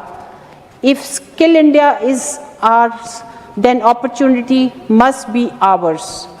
Today, infrastructure is not built only through government budgets. This bill removes an anomaly related to dividend taxation for business trust unit holders. Even if a special purpose vehicle moves to the new tax regime, specified dividend income exemption will still be available to unit holders. This makes the taxation structure more rational and predictable. If rules change every day or interpretations keep shifting, investment will never come. Our government's principle is clear rule, stable policy, and predictable taxation. Today, India is globally recognized for UPI. From street vendor to large showrooms, QR codes have become a symbol of India's digital revolution. This bill updates Section 10A of the Payment and Settlement Systems Act 2007. Earlier, it referred to a specific section of Income Tax Act 1961. Now, the central government will have flexibility to notify electronic payment modes where no charges can be imposed on payers or receiver by bank or system providers. In simple terms, the law is being made more flexible so that it can adapt to evolving digital technologies. Digital India cannot be static, and therefore its laws can't be static either. Sir, it is not just a tax bill. As I see this bill in 3 words: trust, certainty, growth. Trust in the taxpayers, certainty for the investor, growth for the nation. Sir, with this, I would like to again wholeheartedly support this bill and must congratulate Honorable Minister Nirmala Sitharamanji for getting this bill 2026. Thank you so much, sir. Sriman Santosh Kumar, not present. Sriman Ravi Chandra Vadiraju. Thank you, sir. Deputy Chairman, sir. Sir, I rise to participate in the discussion on the Taxation and Other Laws Amendment Bill 2026, sir. At the outset, I acknowledge that the bill seeks to provide a greater tax certainty, encourage investment, strengthening domestic manufacturing, and improve India's competitiveness as an investment destination, sir. The proposed amendments relating to the foreign investment, electronics manufacturing, and the taxation framework for REITs and INVATs are intended to remove ambiguities and improve the ease of doing business, sir. However, while promoting investment is important, Parliament and must also ensure that tax reforms are equitable, transparent, and beneficial to the broader economy, sir. Sir, PRS Legislative Research has consistently observed that the taxation laws should provide clarity, minimize litigations, and ensure the predictability for taxpayer. Frequent amendments through ordinance followed by the legislations, and should remain an exemption rather than the norm, because stability in tax policy is as important as the incentives themselves, sir. Sir, my first concern is whether these incentives will translate into higher employment and manufacturing within India, particularly in states like Telangana, which have emerged as major centers for electronics, pharmaceuticals, IT and advanced manufacturing. Tax concessions must be linked with the measurable outcomes in terms of investment, technology, transfer and job creation, sir. Secondly, sir, while the bill provides greater certainly to foreign investors and businesses, the government must ensure that domestic MSME are not placed at a competitive disadvantage. Our small and medium entrepreneurs continue to face compliance costs, limited access to finance and market uncertainties. Tax reform should equally simplify compliance for MSME, sir. Sir, I would also urge the government to provide periodic impact assessments of such incentives. Parliament should know how much revenue is foregone, how much investment has actually materialized, and how many jobs have been created because of these concessions. Finally, I request the government to ensure that states receive their fair shares of the benefits arising from increased investment. Telangana has consistently contributed to national growth in manufacturing, IT and exports and deserves equitably support in future industrial and infrastructure policies. Sir, with these observations, I hope the government will address these concerns while implementing the provision of the bill, sir. Sir एक 1 minute sir, हमारा तेलंगाना में लिए taxation के लिए भी देखा नहीं sir, जनता के लिए बहुत सारा स्कीम्स लगाया था sir, single window system sir, granite में भी सब्सिडी स्लैब सिस्टम देके उनके इंडस्ट्री को बचाया सर. मैं मैडम जी को भी रिक्वेस्ट कर रहा हूँ, MSME के लिए थोड़ा सपोर्ट अच्छा चाहिए सर. ज़्यादा इस कंट्री में MSME इंडस्ट्रीज बहुत है, 45 crore people depending on industry MSME है. इसके बारे में आप एक बार कॉन्सेंट्रेट करना मैडम. और एक छोटा सा है सर, हमारा तेलंगाना में भी किसानों के लिए एंड इंडस्ट्री के लिए, MSME के लिए और ज़्यादा लोगों के लिए सब्सिडीज भी इंकरेज करके लैंड भी एलोकेट किए थे, सब्सिडी दिए थे, परमिशंस ईजी दिए थे, फ्री बिजली भी दिए थे और इंडस्ट्री को सेव करने के लिए ज़्यादा लोगों को मेहनत करके और सपोर्ट करके गवर्नमेंट बाहर से भी इंडस्ट्रीज जाने वाले लोगों को भी इधर इंडिया में हैदराबाद में रखने के लिए हम बोरा रख दिया था. इसके लिए मैं रिक्वेस्ट कर रहा हूँ, थोड़ा कॉन्सेंट्रेट MSC पे करने के लिए बोल रहा हूँ sir. Thank you very much sir. इस बिल को सपोर्टिंग दिस बिल. धन्यवाद उपसभापति जी, आपने मुझे taxation and other laws amendment bill 2026 पर बोलने का मौका दिया है.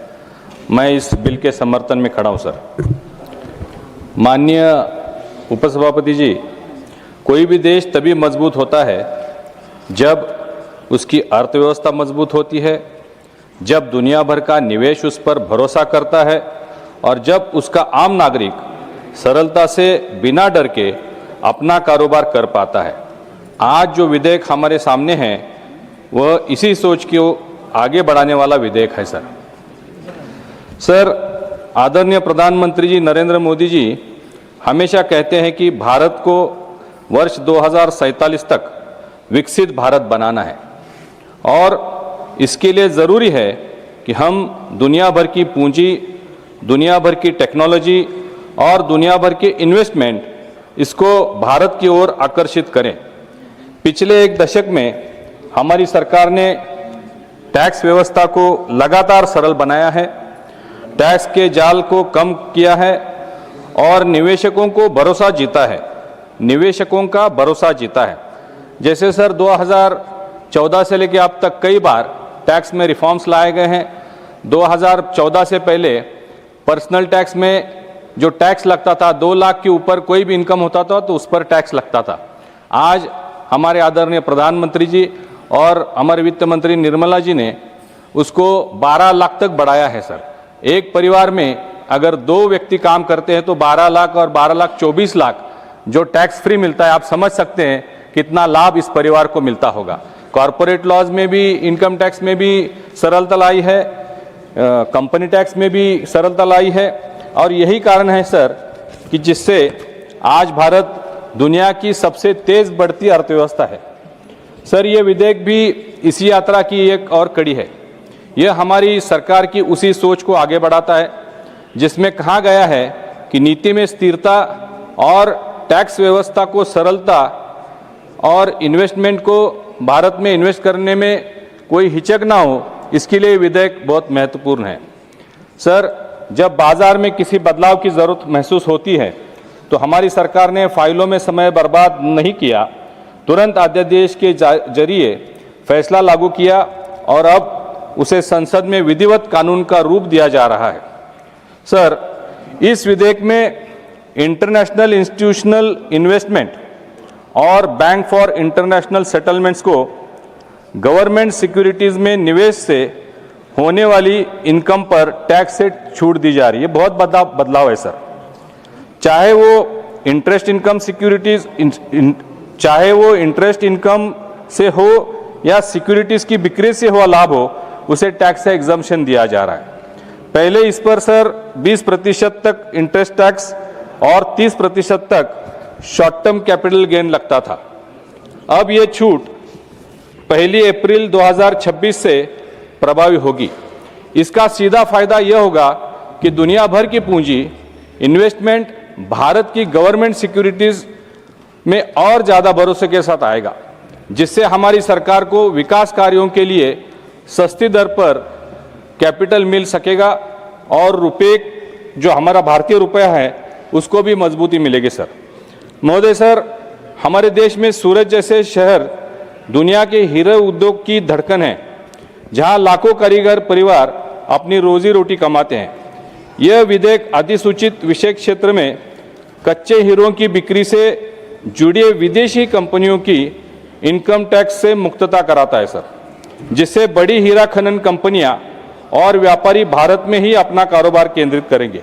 हमारे विपक्ष के साथी अभी कह रहे थे कि विदेशी इन्वेस्टमेंट जो होगी उसको टैक्स से क्यों निजात दी जा रही है और हमारी कंपनियों को क्यों टैक्स लगाया जा रहा है। तो इसका सबसे महत्वपूर्ण यही उद्देश्य है सर कि फॉरेन से ज़्यादा पैसे हमारे देश में इन्वेस्टमेंट आए, हमारी कारीगरों को और काम मिलेगा। इसी तरह फोन, लैपटॉप, सर्वर जैसे इलेक्ट्रॉनिक उपकरण बनाने वाली कंपनियां, इनके लिए विदेशी पुर्जे जो कस्टम बॉन्डेड क्षेत्र में जो वेयर हाउसेस में और गोडाउन में रखे जाते हैं उनको भी इनकम टैक्स से छूट दी जा रही है सर।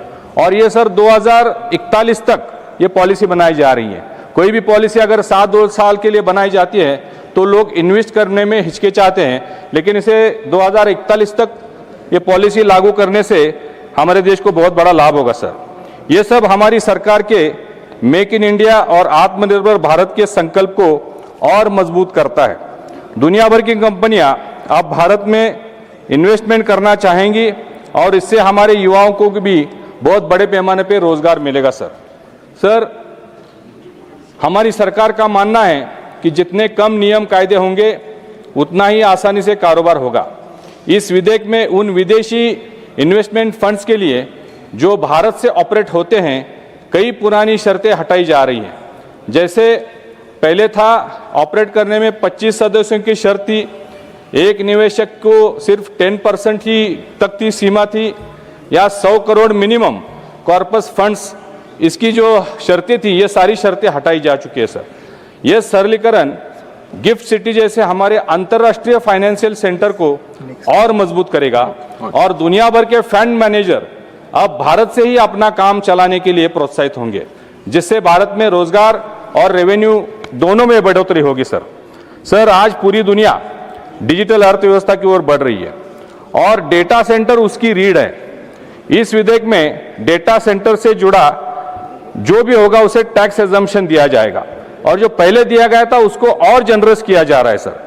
सरकार से अलग नोटिफिकेशन की शर्त अब हटाई गई है और डेटा सेंटर किसी भारतीय कंपनी द्वारा किराए पर लेकर ऑपरेट किए जाते हैं उन्हें भी ओनरशिप राइट जैसे टैक्स में एग्जम्पशन मिल रहा है सर। इससे भारत की डिजिटल अर्थव्यवस्था और डेटा सेंटर इन्वेस्टमेंट इसको वैश्विक केंद्र बन पाएगा, ये मेरा मानना है सर। इस विधेयक को लेकर कुछ दिनों से भ्रम फैलाया जा रहा है। अभी भी विपक्ष के कुछ साथी बात कर रहे थे तो उन्होंने यूपीआई के बारे में बात की। सर, जब ये यूपीआई टेक्नोलॉजी यहाँ पे लॉन्च हुई थी तब हमारे कांग्रेस के पूर्व मंत्री, वित्त मंत्री, इन्होंने इसका मजाक उड़ाया था सर। सर उन्होंने कहा था कि भारत एक गरीब देश है, यहाँ पे टेक्नोलॉजी कैसे चलेगी, यहाँ पे लोगों के पास मोबाइल नहीं है, लोगों के पास गांव-गांव में इंटरनेट नहीं है, छोटे रेडी वाले, पटरी वाले या छोटे छोटे सब्जी बेचने वाले, ये लोग इसको समझ नहीं पाएंगे। लेकिन आज सर हमारे देश में तकरीबन 48 करोड़ लोग यूपीआई का यूज कर रहे हैं, 6.5 करोड़ व्यापारी इसका यूज कर रहे हैं, लगभग रोज 1 लाख करोड़ का ट्रांजैक्शन यूपीआई से हो रहा है सर। इससे ये कानून और ये बदलाव और ये यूपी टेक्नोलॉजी कितनी महत्वपूर्ण है हम समझ सकते हैं। लेकिन आज हमेशा की तरह विपक्ष के कई साथी संसद के अंदर भी और बाहर भी ये भ्रम फैलाने की कोशिश कर रहे हैं कि इस पर यूपीआई पर कुछ चार्ज लगने वाला है। मैं पूरी तरह जिम्मेदारी के साथ यह कहना चाहता हूं कि ये पूरी तरह गलत है, सफेद झूठ है। यूपीआई पे आम नागरिक के लिए कोई भी चार्ज नहीं लगेगा, ये पूरी तरह मुफ्त है सर। महोदय, पहली की सरकारों में समय में टैक्स इतना उलझा हुआ था कि निवेशक भारत आने से पहले 10 बार सोचता था। आज उसको compelled laws, unstable policies, uncertain environment यहाँ पे भारत में नजर नहीं आ रहा है। पुरानी जो पहचान थी इसके विपरीत हमारी सरकार ने टैक्स व्यवस्था को लगातार सरल बनाया है, स्थिरता दी है और इन्वेस्टर्स को भरोसा दिया है कि भारत में नीति बदलेगी नहीं बल्कि समय के साथ बेहतर होगी। महोदय, यही भरोसा है जिसके कारण आज दुनिया भर की कंपनियां भारत की ओर देख रही हैं। आदरणीय सभापति जी, उपसभापति जी, यह विधेयक इन्वेस्टमेंट को प्रमोट करता है, हमारे मैन्युफैक्चरिंग क्षेत्र को मजबूत करता है, डिजिटल अर्थव्यवस्था को गति देता है और साथ ही आम नागरिक के हित की रक्षा भी करता है। यह प्रधानमंत्री मोदी जी के उस विजन का हिस्सा है जिसमें भारत आत्मनिर्भर भी बनेगा और दुनिया के लिए निवेश का पसंदीदा ठिकाना भी बनेगा। मैं इस सदन के सभी माननीय सदस्यों से अनुरोध करता हूं कि इस विधेयक का समर्थन करें ताकि भारत की अर्थव्यवस्था और मजबूत हो, हमारे युवाओं को रोजगार मिले और विकसित भारत का सपना जो हमारे प्रधानमंत्री आदरणीय मोदी जी ने देखा है उसे हम जल्द साकार कर सके। इन्हीं शब्दों के साथ मैं इस बिल का पूरी तरह समर्थन करते हुए अपनी बात समाप्त करता हूं। धन्यवाद। जय हिंद, जय Maharashtra. Secretary General, message from Loksabha, Secretary General. Sir, with your kind permission, I rise to report that the Loksabha at its sitting held on the 10th of August 2026 passed the Tribunals Reforms Bill 2026. I lay a copy of the said bill on the table. Thank you. Sriman Vijay Sindhe Kahyala. Honorable Deputy Chairman, sir, I rise today to support the Taxation and Other Laws Amendment Bill 2026 on behalf of the Telugu Desam Party. Mahoday, at first glance, this may appear to be a bill making changes to different tax provisions, but if we look at it more closely, there is one common idea running through all of them. Make India a more attractive place to invest, manufacture, manage capital, and build technology. And in today's global economy, Mahoday, that is not a small objective. Capital has choices, technology has choices, companies have choices. If India wants to become a developed economy by 2047, our tax system must not merely collect revenue, it must also create confidence, encourage investment and enable growth. As Honorable Prime Minister Shri Narendra Modi ji has put it, reform to simply, perform to deliver, transform to impact. Mahoday, this bill is a reform designed to simplify, attract and enable. Honorable Chairman, sir, this bill should be seen as part of much larger transformation in India's economic governance. Over the last decade, India has moved from a system of complicated complaints towards a system increasingly based on digitalization, transparency and ease of doing business. We have seen GST, we have seen the insolvency and bankruptcy code, we have seen gift city, we have seen faceless assessment and digital tax administration. The economic survey 2025-26 noted that income tax filings rose from 6.9 crore to 9.2 crore, while the share of direct taxes is total tax revenue increased from 51.9% to 58.2%. So the lesson is not that a strong tax system means a high tax burden. The lesson is the better tax system is one that improves compliance while making legitimate economic activity easier. Minimum government, maximum governance is the philosophy, Mahoday. I therefore place on record my appreciation for the leadership of Honorable Prime Minister Shri Narendra Modi ji and Honorable Finance Minister Shri Nirmala Sitharaman ji for steadily moving India in this direction, Mahoday. And I would like to remind the words of Modi ji, as said, make in India, make for the world.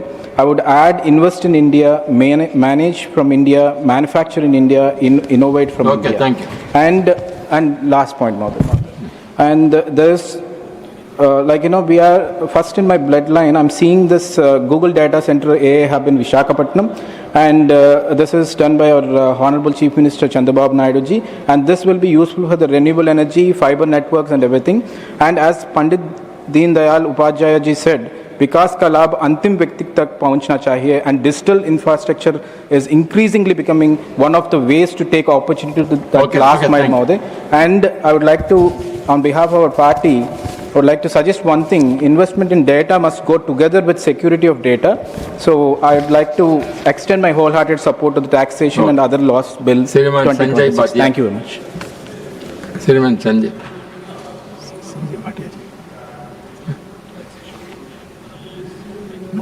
Not present. Shriman Baburam Nishad.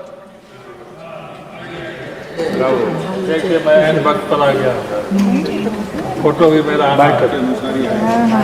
नहीं आएगा।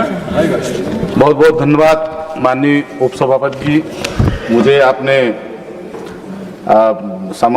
कराधान एवं अन्य विधियां संशोधन विधेयक 2026 के समर्थन में बोलने के लिए खड़ा हूं। निश्चित रूप से जो विधेयक आया है, ये इसकी बहुत महती आवश्यकता थी, क्योंकि ये विधेयक देश की अर्थव्यवस्था को मजबूत करने वाला विधेयक है और पूरी दुनिया, पूरा देश की अर्थव्यवस्था से अवगत है। लेकिन ये विधेयक और आधार बनेगा इस देश की अर्थव्यवस्था को बढ़ाने में। निश्चित रूप से विदेशी निवेश को बढ़ावा देने वाला, इलेक्ट्रॉनिक्स निर्माण को प्रोत्साहित करने वाला और भारत को आधुनिक डिजिटल एवं वित्तीय गतिविधियों का बड़ा केंद्र बनाने की दिशा में महत्वपूर्ण कदम है। माननीय महोदय जी, आज दुनिया में निवेश वहीं जाता है जहां का कानून सरल हो, कर व्यवस्था स्पष्ट हो और व्यापार करना आसान हो। जब से ये मोदी सरकार आई है और हमारे भारत सरकार की वित्त मंत्री बहन सीतारमण जी वित्त मंत्री बनी है, लगातार हम यहाँ निवेश बढ़ता जा रहा है। कानून ऐसे पड़े थे जो उलझे हुए थे, लोग व्यापार करने में सरलता सहजता नहीं महसूस कर पा रहे थे, न कर पा रहे थे। और निश्चित रूप से जब से मोदी जी देश के प्रधानमंत्री बने हैं, देश में ये व्यवस्था सुधरी है। आज दुनिया में हमारी सरकार का प्रयास है कि भारत में विदेशी निवेश आए, नई कंपनियां आए, कारखाने लगें और युवाओं के लिए रोजगार के नए अवसर पैदा हों। ये संभव हुआ है जब हम सरकार के नाते कारखाने लगवाने के लिए व्यवस्था सरल की है और युवाओं को विभिन्न क्षेत्रों पर रोजगार सृजन हुए हैं। 140 करोड़ का ये हमारा देश है। जब तक यहाँ की व्यवस्था ठीक नहीं होगी, तब तक आम जनमानस सहज रूप से काम करने में सक्षम नहीं हो पाएगा। ये विधेयक इसी दिशा में महत्वपूर्ण बदलाव करता है। पहला, विदेशी निवेश को बढ़ावा। सरकारी प्रौद्योगिकियों में निवेश करने वाला मात्र विदेशी संस्थागत निवेशकों और बैंक फॉर इंटरनेशनल सेटलमेंट को मिलने वाले ब्याज और पूंजीगत लाभ पर छूट का प्रावधान किया गया है। इससे विदेशी निवेशकों के लिए भारत के सरकारी प्रतिभूति बाजार में निवेश करना अधिक आकर्षक हो सकता है। इसका लाभ हमारे वित्तीय बाजार को मिलेगा और भारत में विदेशी पूंजी का प्रवाह बढ़ेगा। दूसरा, भारत को इलेक्ट्रॉनिक मैन्युफैक्चरिंग का केंद्र बनाना, आज मोबाइल फोन हो, लैपटॉप हो, सर्वर और दूसरे इलेक्ट्रॉनिक सामान हमारी रोजमर्रा की जरूरत बन चुके हैं। निश्चित रूप से इस कानून के माध्यम से और इसके पहले भी इनको सरल किया गया है। लैपटॉप बन रहे हैं, फोन बन रहे हैं, सर्वर बन रहे हैं, लेकिन इस विधेयक के आने से और उपलब्धि हासिल होगी। मैं बधाई दूंगा सरकार को, बहन सीतारमण जी को। भारत चाहता है कि इन उत्पादों का निर्माण केवल विदेशों में ना हो, बल्कि बड़ी मात्रा में भारत में हो। इस विधेयक में इलेक्ट्रॉनिक्स के क्षेत्र में काम करने वाली पात्र विदेशी कंपनियों को कर प्रोत्साहन दिया गया और इस सुविधा को आगे बढ़ाया गया। इससे कंपनियों को भारत में उत्पादन इकाइयां लगाने के लिए प्रोत्साहन मिलेगा। माननीय अध्यक्ष महोदय, निवेश आएगा, उत्पादन बढ़ेगा, रोजगार के अवसर बढ़ेंगे। यही तो मेक इंडिया की भावना है। अगर ये सब सुविधाएं ना होती और मेक इंडिया का नारा आदरणीय देश के प्रधानमंत्री ने दिया, तो आज मैं कह सकता हूं कि यह संभव हुआ है कि आज मेरे देश में ढेर सारी वस्तुएं, ढेर सारे इलेक्ट्रॉनिक सामान जो बन रहे हैं और विदेश में उसकी डिमांड बढ़ी है। निश्चित रूप से ये ऐतिहासिक कदम है हमारी देश के सरकार का। भारत का हीरा उद्योग पूरी दुनिया में अपनी पहचान रखता है। विधेयक में मात्र विदेशी हीरा कंपनियों को कच्चे हीरे की बिक्री से जुड़े कुछ आय पर कर छूट देने का प्रावधान किया गया है। इससे भारत में हीरा व्यापार और उससे जुड़ी आर्थिक गतिविधियों को बढ़ावा मिल सकता है। आदरणीय चेयरमैन सर, सिर्फ आधा मिनट। चौथा, डेटा सेंटर, क्लाउड क्षेत्र को बढ़ावा। माननीय अध्यक्ष जी, आज के समय में डेटा ही नई ताकत है। आज हमारा युवा, आज हमारे देश में मोबाइल बैंकिंग से लेकर आर्टिफिशियल इंटेलिजेंस तक हर डिजिटल सेवा के लिए डेटा सेंटर की जरूरत होती है। ये विधेयक डेटा सेंटर से संबंधित कुछ जटिल अनुमोदन की शर्तों को सरल करता है।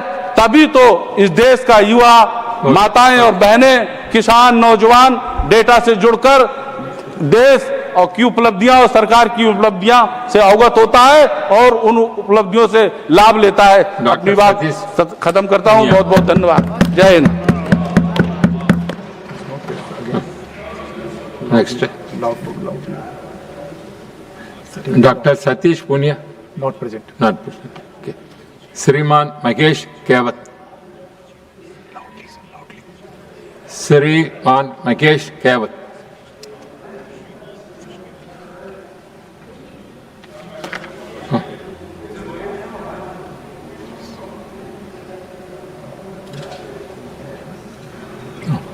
I can't see this one. Madam Srimati Nirmala Sitharaman.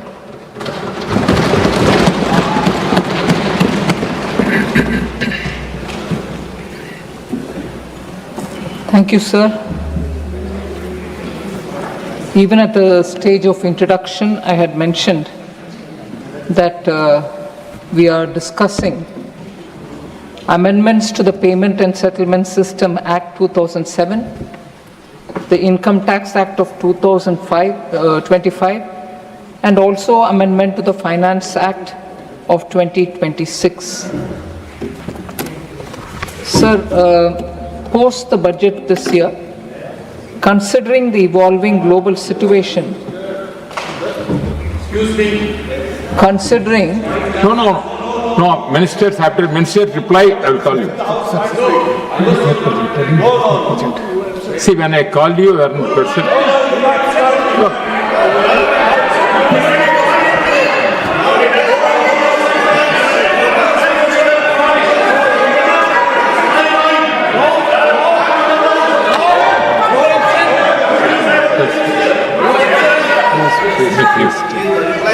Please take your seat. Just for a minute. क्या हुआ? Nothing. You are not present. Oh, नहीं अभी. Please, Before calling Honorable Minister, there is a for Dr. John Britas to briefly put his points, then I'll call him. For 2 minutes, it's for 2 minutes. And you are not here? I am here, sir. I am here, sir. Please. Sir, sir, please don't deny the right of a member who have moved a motion. You are doing the wrong thing. And all these 10 courts are more into Please, Yes. 1 minute. Honorable members, there is one direction by chairman, the then chairman. It's of, I think, 1974. On the same issue, when the mover was not present in the house. Please, as they are telling you are not there. After calling down to reply, please, I'll come to you. Just, I'll come to you.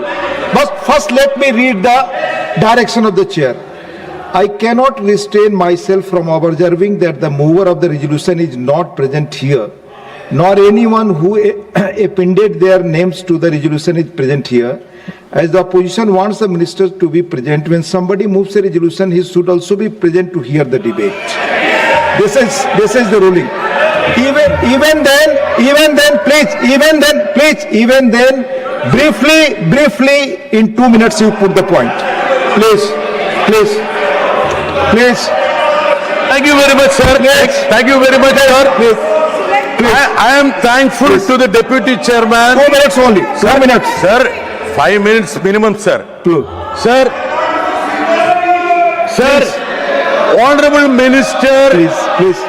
Honorable, baite, what is it? Just briefly you tell you, आपकी समय जा रहा, आपका समय जा रहा. Sir, Honorable Minister has facilitated promulgation of the ordinance and subsequently brought this bill, thinking that the foreign capital would come to this country. And she is much more relying on the promises of the foreign countries. There have been insistence on the part of US Trade Representative that you need to charge UPI. The same pressure was exerted on Brazil. They didn't heed them. Now, the policy of the government is completely being upended, and she has cleverly brought in the UPI component in this piece of legislation. Madam, see what was the statement of the Honorable Prime Minister. I am quoting, sir. Prime Minister Modi told first G20 finance ministers and central bank governors in February 2023 that India's digital payment ecosystem had been developed as a free public good. Thus, the current bill goes against the principle of India. The government policy from 2017 to 2025 was to keep digital payment charges away from merchants and consumers. Thus, the current bill which she wants this House to pass is violation of the solemn assurance of the Honorable Prime Minister.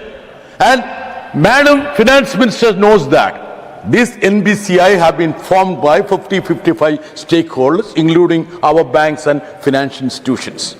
And she all of a sudden says that, sir, what is it, sir? Time is over, Sir, they are eager. No, Sir, at least the finance, at least the finance minister should know what I am trying to say. You have already spoken. Sir, I will tell you one thing. Please. This government has to concentrate on the basic issues of this nation. Thank you. Thank you. Sir, what is Thank it, you. sir? No, no, time is over. What sir. time, sir? I just Time wanted was given 2 minutes. Then I will not speak, sir. Give me 3 minutes. You have already spoken. Give me Finish, 3, please finish, give me. finish. Sir, what did they talk about the depreciating rupee? 2013, what was the statement of the Honorable Prime Minister? The rupee is in ICU. There is deep corruption in Delhi. That's why the rupee is plummeting.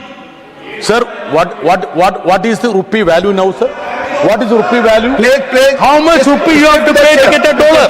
Sir, I can tell you, there is a foreign capital flight that we have Thank you. Sir, Over. Sir, Now the- 3 minutes over. No. Thank Sir, you. No. sir, Now Sir. I'll request, please, you have 3 minutes I have already. Give me 1 minute, Please, I'll sum up. No, please. I request the Honorable Finance please, Minister, now, please come on board Honorable and Finance explain to the Minister Srimati nation Nirmala that Sitharaman why to they... reply the discussion. Honorable Finance, please. No, sir. I allowed you 3 minutes. The time was 2 minutes. Even I read the ruling. You are not in the house. Please. You are not in the house. Even then I gave opportunity to you. Please do not go. Honorable Finance Minister, please. Honorable Finance Minister. Abul, please. Abul. Honorable Finance Minister. So thank you, sir. Please. Honorable. Please. Thank you, sir. So, sir, have patience of listening, Honorable Finance Minister. Please have patience of listening, Honorable Finance Minister. Now, please. so thank you, sir. As I said, we are dealing with 3 different acts and their amendments. Because of the evolving global situation, sir, Income Tax Amendment Ordinance of 2026 was brought in sometime early June 2026. And in that, we had just 2 proposals in the ordinance. The 2 proposals were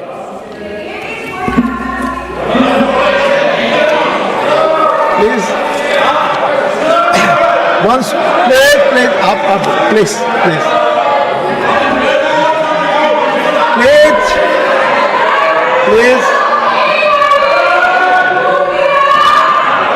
Sir, that is, Please. John Brittas can please stay here if he wants to hear one line, sir. Yes, That's I a told you, typical Chair. communist style. Blast everybody with not facts.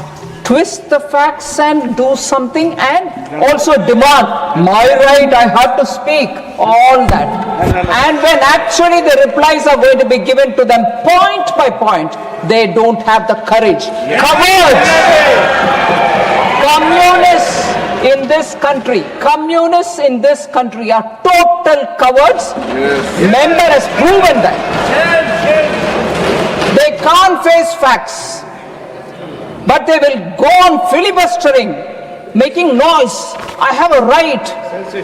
They don't have a right to listen. When the reply is given, I feel like saying it's my right to stand up and reply. I honor every member for whatever they say and reply taking their names. Honorable John Britta should stay here to hear the reply, because he has been creating confusion all over, not just here but in the country, because that's the tactics the communists adopt. Total lies, sir. I'm sorry, lies may not be parliamentary, untruths. So when I said there are 3 acts we are dealing with today, one is an ordinance which was passed on 5th, ordinance which was issued on 5th June 2026, in order that we can address some of the challenging global situations. And that ordinance had only 2 particular aspects. It was issued with 2 things.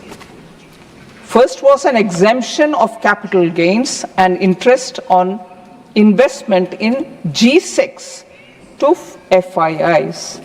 So if FIIs were to invest in government securities, they would get exemption of capital gains and also exemption on the tax exemption on the interest for those investments which are made in the G6.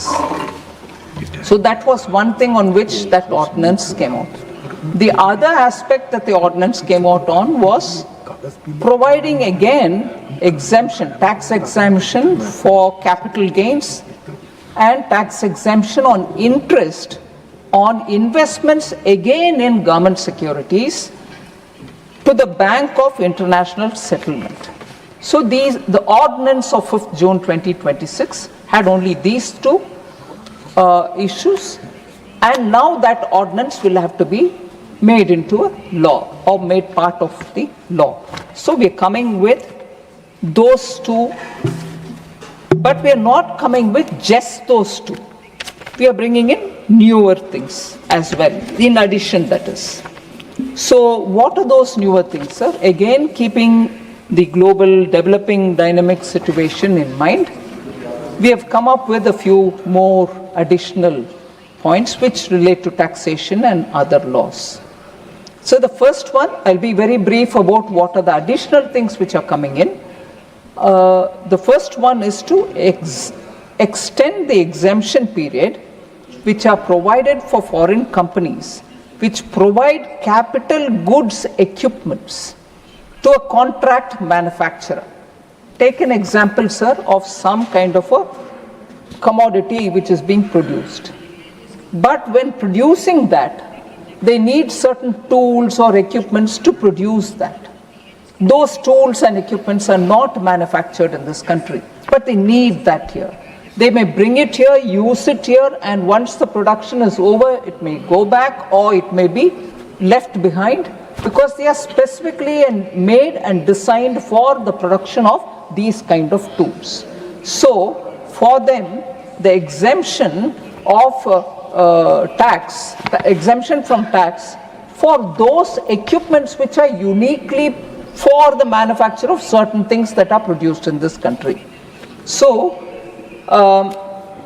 that with some conditions we are allowing that exemption. The conditions, I will just say one or two conditions which have to be satisfied for becoming eligible for those exemption is the ownership of such capital goods or equipment or tools remains with the foreign company. It cannot be transferred to the local company. Such capital goods and equipment or tools is under the control and the direction of the contract manufacturer who's manufacturing in this country. Third, the contract manufacturer should be company resident in India and located in a custom bonded area. And finally, the contract manufacturer produces electronic goods on behalf of a foreign company for a consideration. If he fulfills these conditions, they will be eligible for the tax exemption for those tools, for those machines which come uniquely for manufacturing those items. So what would this do? For instance, some of the items are laptops, all-in-one personal computers and tablets, servers, ultra-small form factor USFF as they say, sub-assemblies to the finished goods and so on, sir. So this is aimed at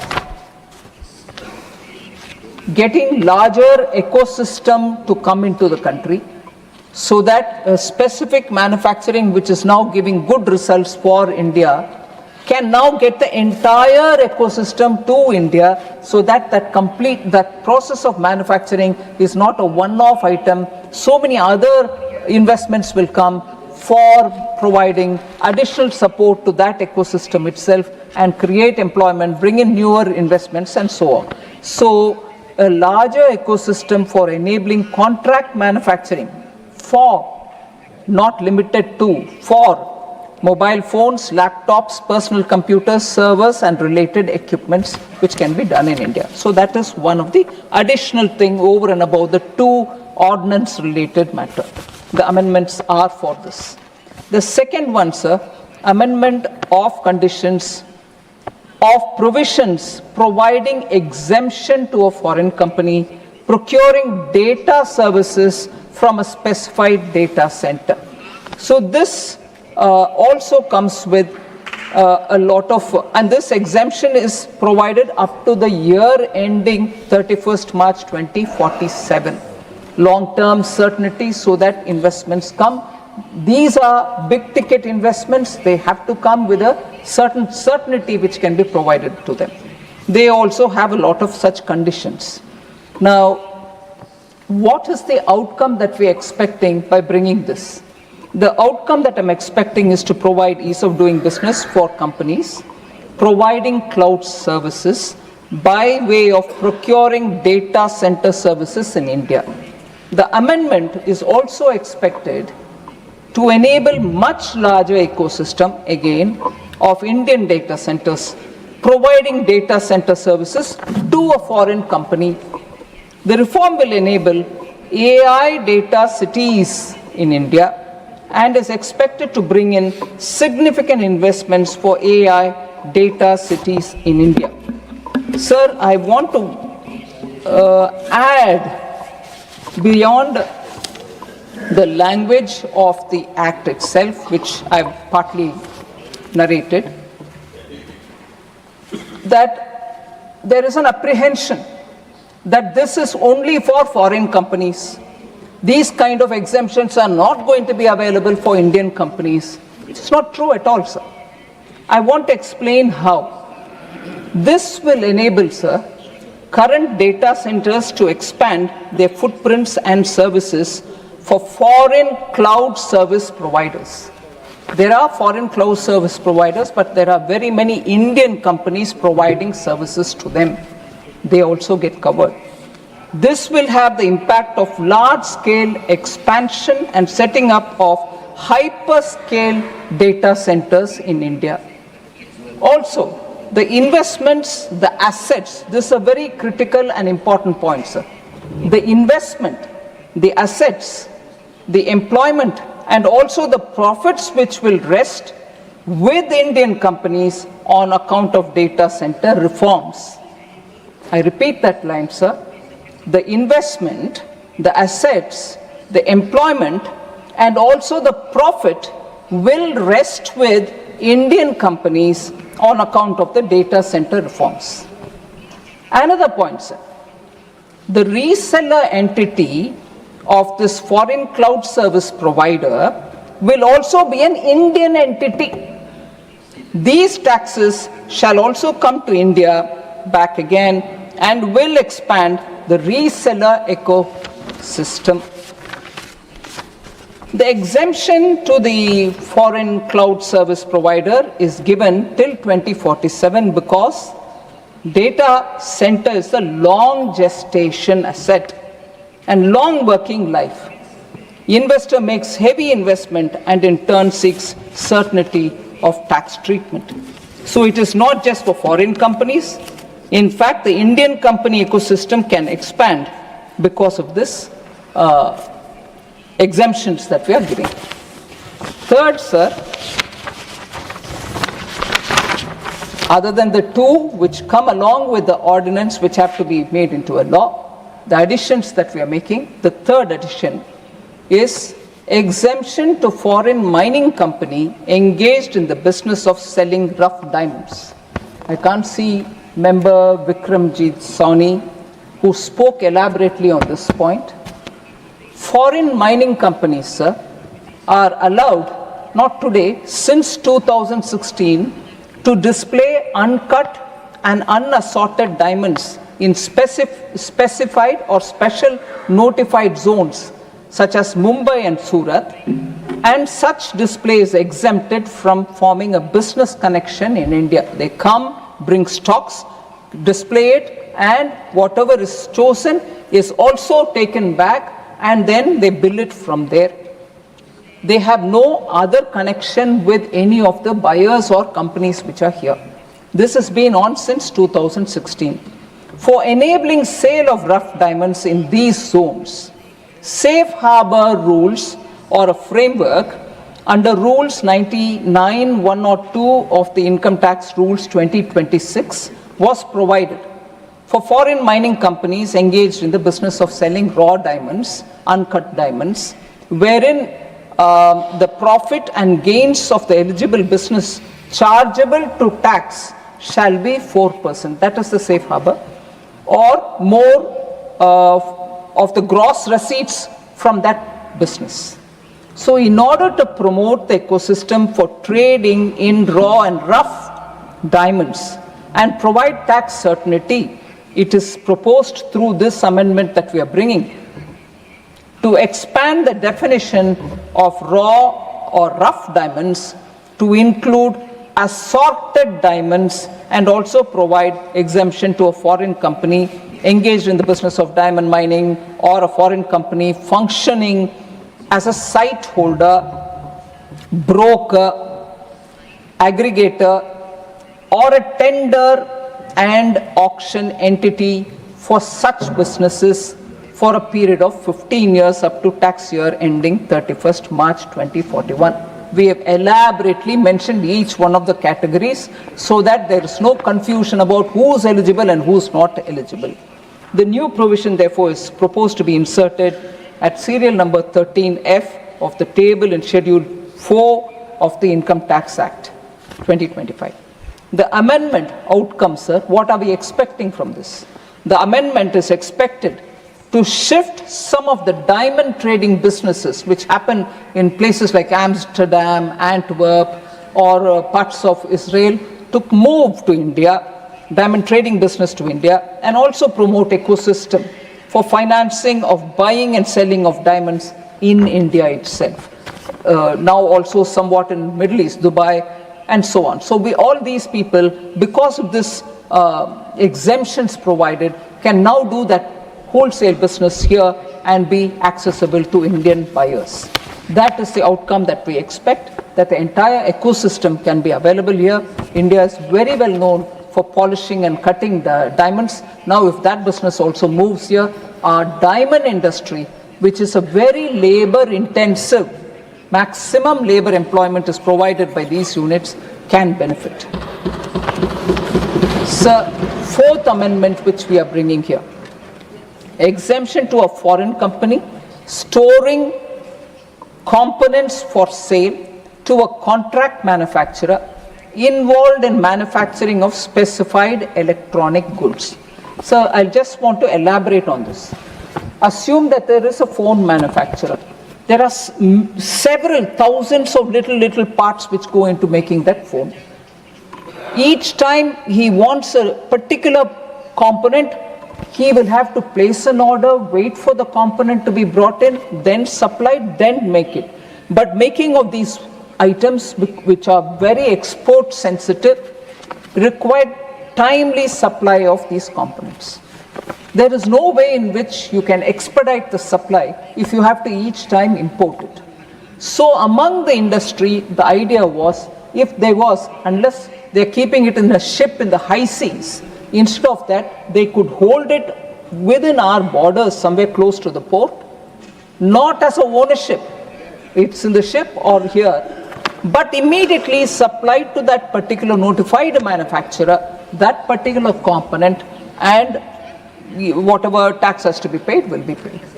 Therefore, foreign companies were provided a safe harbor till now at the rate of 2% or more of the gross receipts from the business activity of storage of components in a warehouse in a custom bonded area.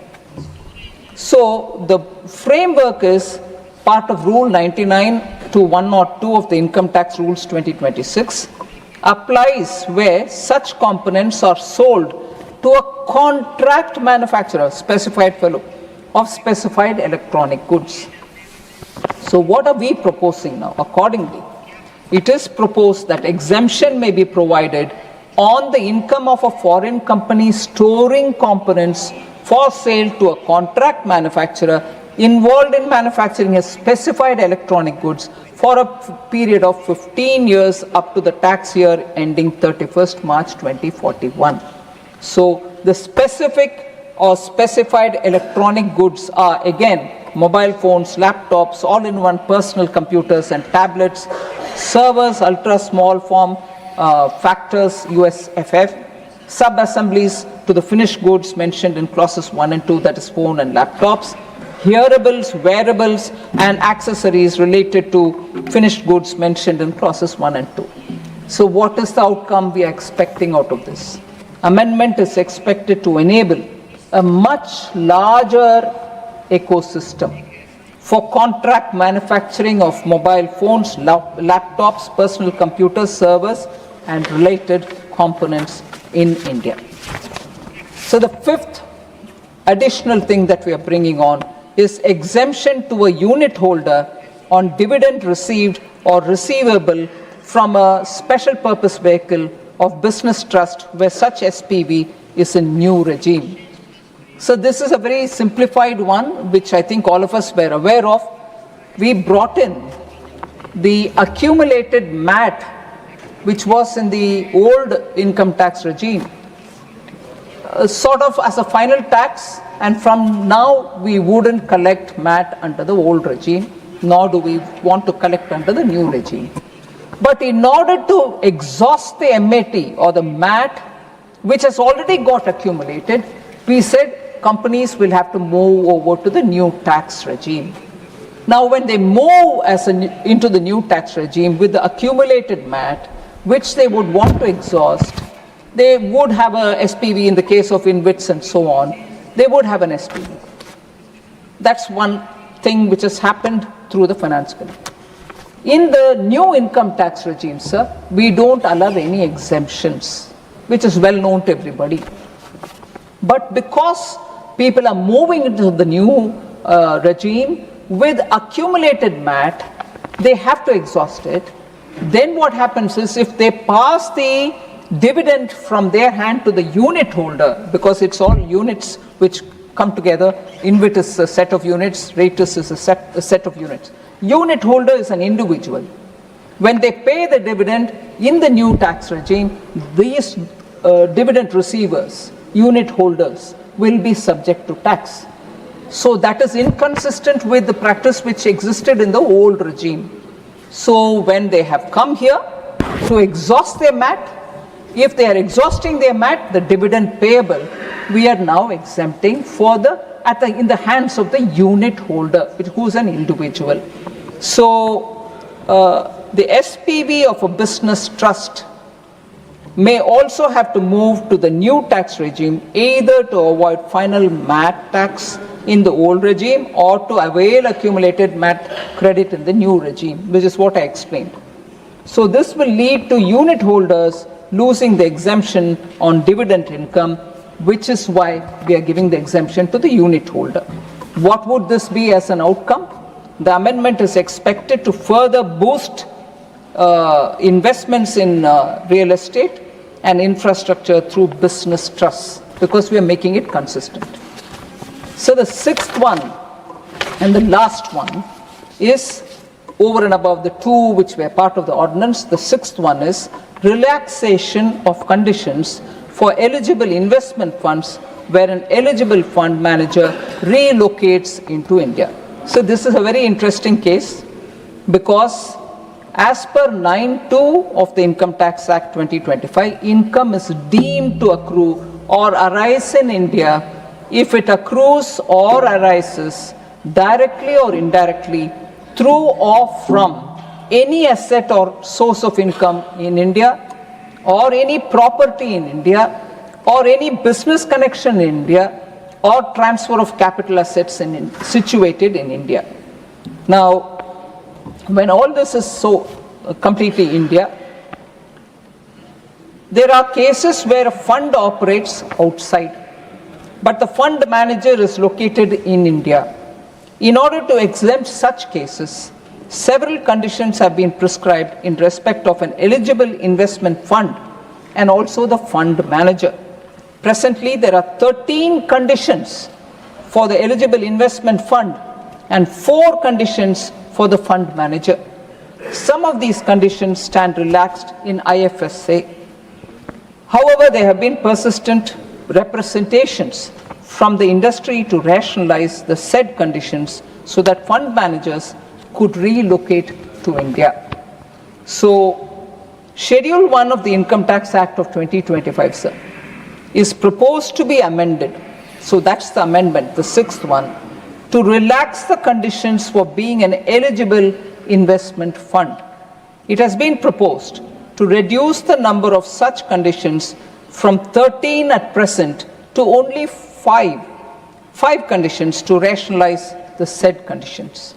The proposed 5 conditions are these: fund is not resident in India, fund is resident in a country or specified country which is having a DTA, double taxation avoidance agreement with India, or in a notified jurisdiction. Aggregate investment by Indian residents does not exceed 5% of the corpus. Fund does not carry on or control and manage directly or indirectly any business in India. No person acting on behalf of the fund engages in any activity which constitutes business connection in India other than the activities undertaken by the eligible fund manager. So what is the outcome that we are expecting out of this, sir? The amendment is expected to promote fund management activity in India. Sir, globally it is recognized Indians are exceptionally good in fund management. We want more of them to come reside in India and manage funds. Funds can be outside, but if the fund manager comes to India, we are able to have better administration and more people who are very good in this field can get opportunities within India. So the amendment is expected to promote fund management activity in India, as it will enable relocation of fund managers to India. As I said, Indians have much expertise in fund management, and it is expected that many fund managers of global funds will relocate to India in IFSC or also elsewhere in the country. So ordinance plus these amendments are the ones which we are talking about, sir. So I'll come to the most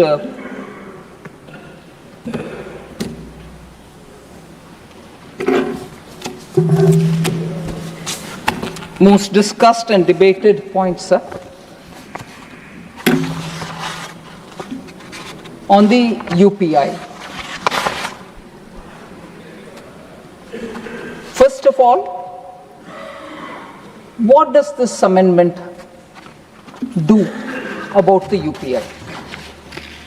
So the Taxation and Other Laws Amendment Bill, as we call this Bill 2026, which has been passed by the Loksabha, which is now being discussed here, proposes to amend Section 10A of the Payment and Settlement Systems Act 2007. The amendment is an enabling provision. It does not impose any tax or transaction charge on UPI users. Let this be clear.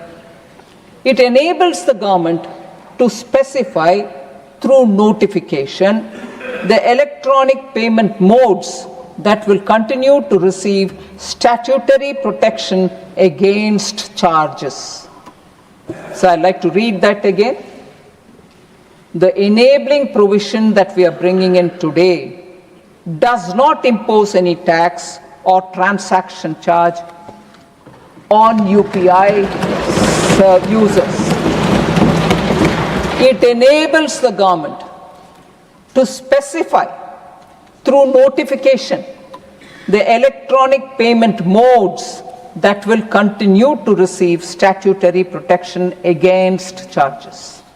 Once the bill is passed in Parliament, the UPI and Services Steering Committee, headed by the National Payments Corporation of India, will consider and decide whether any MDR should be introduced, and if so, its scope and structure. So that is the committee which will have to see what is the scope of anything now that the enabling provision allows them. Therefore, no MDR framework has yet been finalized. Let's take that as the first step. I'll also, before I come to the specifics, want to say experience from Visa and MasterCard. Electronic merchants routinely pay MDR of around 1.5% to 2% or plus more than 2% on credit cards and up to 0.90% on debit cards today too. Yet major retailers generally do not add a separate charge to the customers. So you have these charges on the businesses, but they don't charge separately on the customers. Instead, they actively promote card usage through discounts and EMI offers. For instance, I'm taking names just for us to understand. Amazon, Flipkart, Chroma, Reliance Digital, Vijay Sales, etc. On a 10,000 rupees or up to 1 lakh purchase, you'll typically find them following on credit and debit cards, instant bank discounts, no cost EMI options, additional cashback offers, or exchange bonuses. The merchant is already bearing payment acceptance cost because digital payments help drive higher sales and large ticket sizes. A vast number of electronic purchases are financed through EMI in one form or the other. Customers often choose a card specifically because of EMI and issuer-funded offers.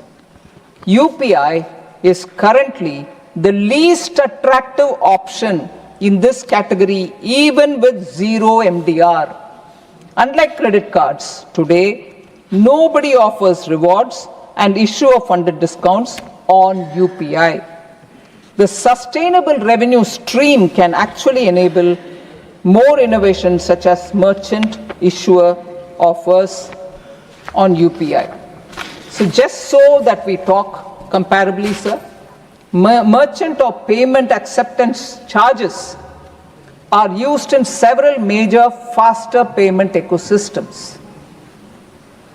Australia, sir, up to Australian dollar 0.3 per transaction or 0.50% per transaction. Brazil, about which our Honorable Member John Britta said, Brazil example.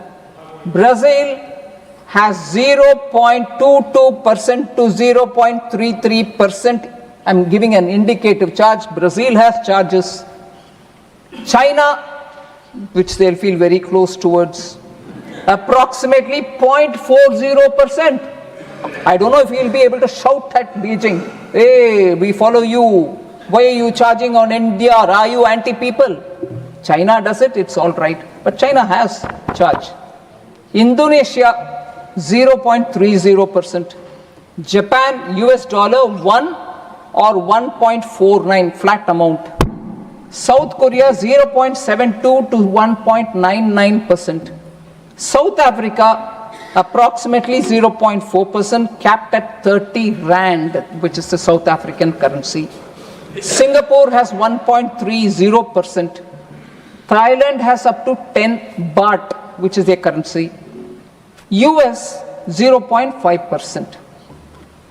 Now, come to our today's situation, about which a lot of members spoke. Feeling strongly about it, sir, I want to say. Will consumers pay any UPI charge? No. UPI has remained free for consumers since its launch, and every Indian will continue to make this instant digital payment without paying a transaction charge. Sir, I want to just, क्योंकि बहुत सारे members Hindi में बताए, मेरा हिंदी थोड़ा कमज़ोर है, फिर भी मैं बोलना चाहती हूँ. I heard Honorable Member Sanjay Singh saying, चाय वाला, सब्जी वाला, ठेले वाला, पटरी वाला, छोटे छोटे व्यापारी, मिनिमम सर्विस चार्ज वगैरह, ये कोई MDR पे नहीं करेंगे. चाय वाले के ऊपर, सब्जी वाले के ऊपर, ठेले वाले के ऊपर, पटरी वाले के ऊपर MDR चार्ज नहीं लगेगी.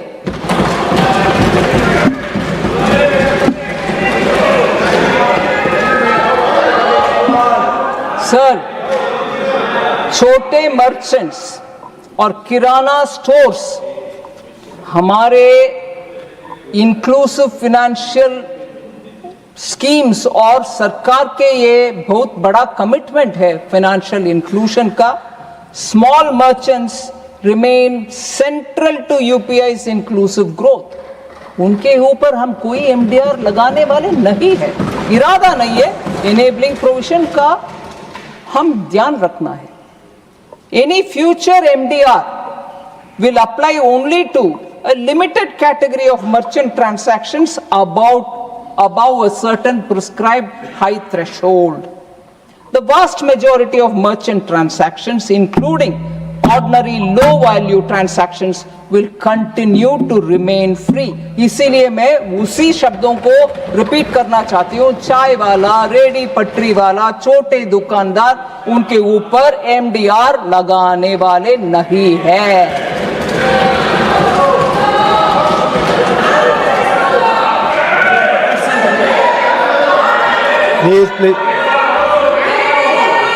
सर, ये बात हमारे कम्युनिस्ट दोस्तों के लिए अच्छा गाना जैसे मीठा मीठा लगने वाले थे, मगर वो नहीं है अभी। हाँ, उनको हम जाके बोलना चाहिए, भैया प्लीज इतना अच्छा खुशखबरी हम आपको दे रहे हैं, मगर बाहर जाकर दोबारा वही गलत फहमियां रगड़ रगड़ करके बोलना नहीं है। पार्लियामेंट में जब जवाब दे दिया, बाहर जाकर के गलत फहमी फैलाने वाले के ऊपर इस देश में कुछ प्रश्न उठाना चाहिए। मैं ये नहीं बोल रही हूँ कानून बनाना चाहिए, कम से कम उनके ऊपर प्रश्न तो उठाना चाहिए। क्या है भाई, पार्लियामेंट में सुन लिया, एनपीसीआई कल तो मीडिया में बोल दिए, डिपार्टमेंट ऑफ फाइनेंशियल सर्विसेज के द्वारा प्रेस नोट भी आ गए ना, फिर भी हम हमारे ही ध्वनि में जाएंगे। गलतफहमी कहां सर? आदत की मजबूर। केरल में भी साफ हो गए। हाँ, इसीलिए केरल में भी टोटल साफ हो गए। भारत देश में अभी कई कम्युनिस्ट का राज्य नहीं है sir. So the amendment does not contemplate a blanket charge on vegetable vendors, चाय वाले, फ्लावर वाले, ऑटो ड्राइवर्स, किराना स्टोर, किसी के ऊपर हम कोई इसमें नहीं। So इससे ज्यादा इस विषय में और ना करते हुए sir, world largest real time payment system हमारा है। In July 2026 alone, we processed 2,366 crore transactions worth, in July alone, worth 29.9 lakh crores, world record। So ये हमारा छोटे स्वनिधि व्यापारी या डिजिटल पेमेंट के द्वारा छोटे छोटे क्यूआर कोड्स रखने वाले, रेडी पटरी वाले, सब के देन है भारत देश का। उनके ट्रांसैक्शंस के द्वारा हमारी यूपीआई बढ़ रही है। और हमारे ही स्पीकर शायद हमारे महाराष्ट्र से जो बात किए, धनंजय याद दिलाए हमें कैसे फॉर्मर वित्त मंत्री जी हंसी मजाक से हमारे देश में पावर है क्या, छोटे लोगों के पास इंटरनेट है क्या वगैरह पूछे थे। एक समय पर सब लोग उनके साथी हंस रहे थे। आज उसी यूपीआई 2,366 करोड़ एक ही जुलाई 2026 महीना में ट्रांजैक्शन किए पूरे देश में चल रही है। हम इसका वैल्यू समझ रहे हैं और 11 देश में लाइव यूपीआई आज भी अवेलेबल है, सिर्फ भारत में नहीं पूरे दुनिया में। इसीलिए मैं सभी मेंबर्स को ये बताना चाह रही हूँ, इस मॉडल को सस्टेनेबल रखना भारत देश के हित में, क्योंकि हमारे लिए ये बहुत बड़ा वरदान है और हमारे लिए ये बहुत बड़ा ताकत है। आज देश में बहुत विदेश में हमसे पूछ रहे हैं कि ये टेक्नोलॉजी हमें भी दे।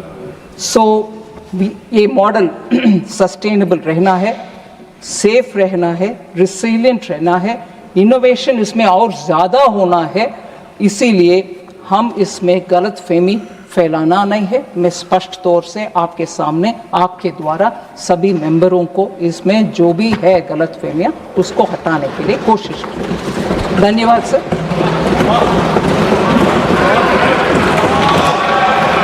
माननीय सदस्यगण, नो, यहाँ नहीं है. I shall now put the statutory resolution moved by Dr. John Brittas. Please do not disturb. No name is there. यहाँ कोई नाम नहीं. Please. I shall now put the statutory resolution moved by Dr. John Brittas to vote. The question is that this House, again I'll repeat, I shall now put the statutory resolution moved by Dr. John Brittas to vote. The question is that this House disapproves of the Income Tax Amendment Ordinance 2026, number 2 of the 2026, promulgated by the President on 5/6/2026. Those in favor will please say aye. Those against will please say no. I think the noes have it, the noes have it, the noes have it. The statutory resolution is negative.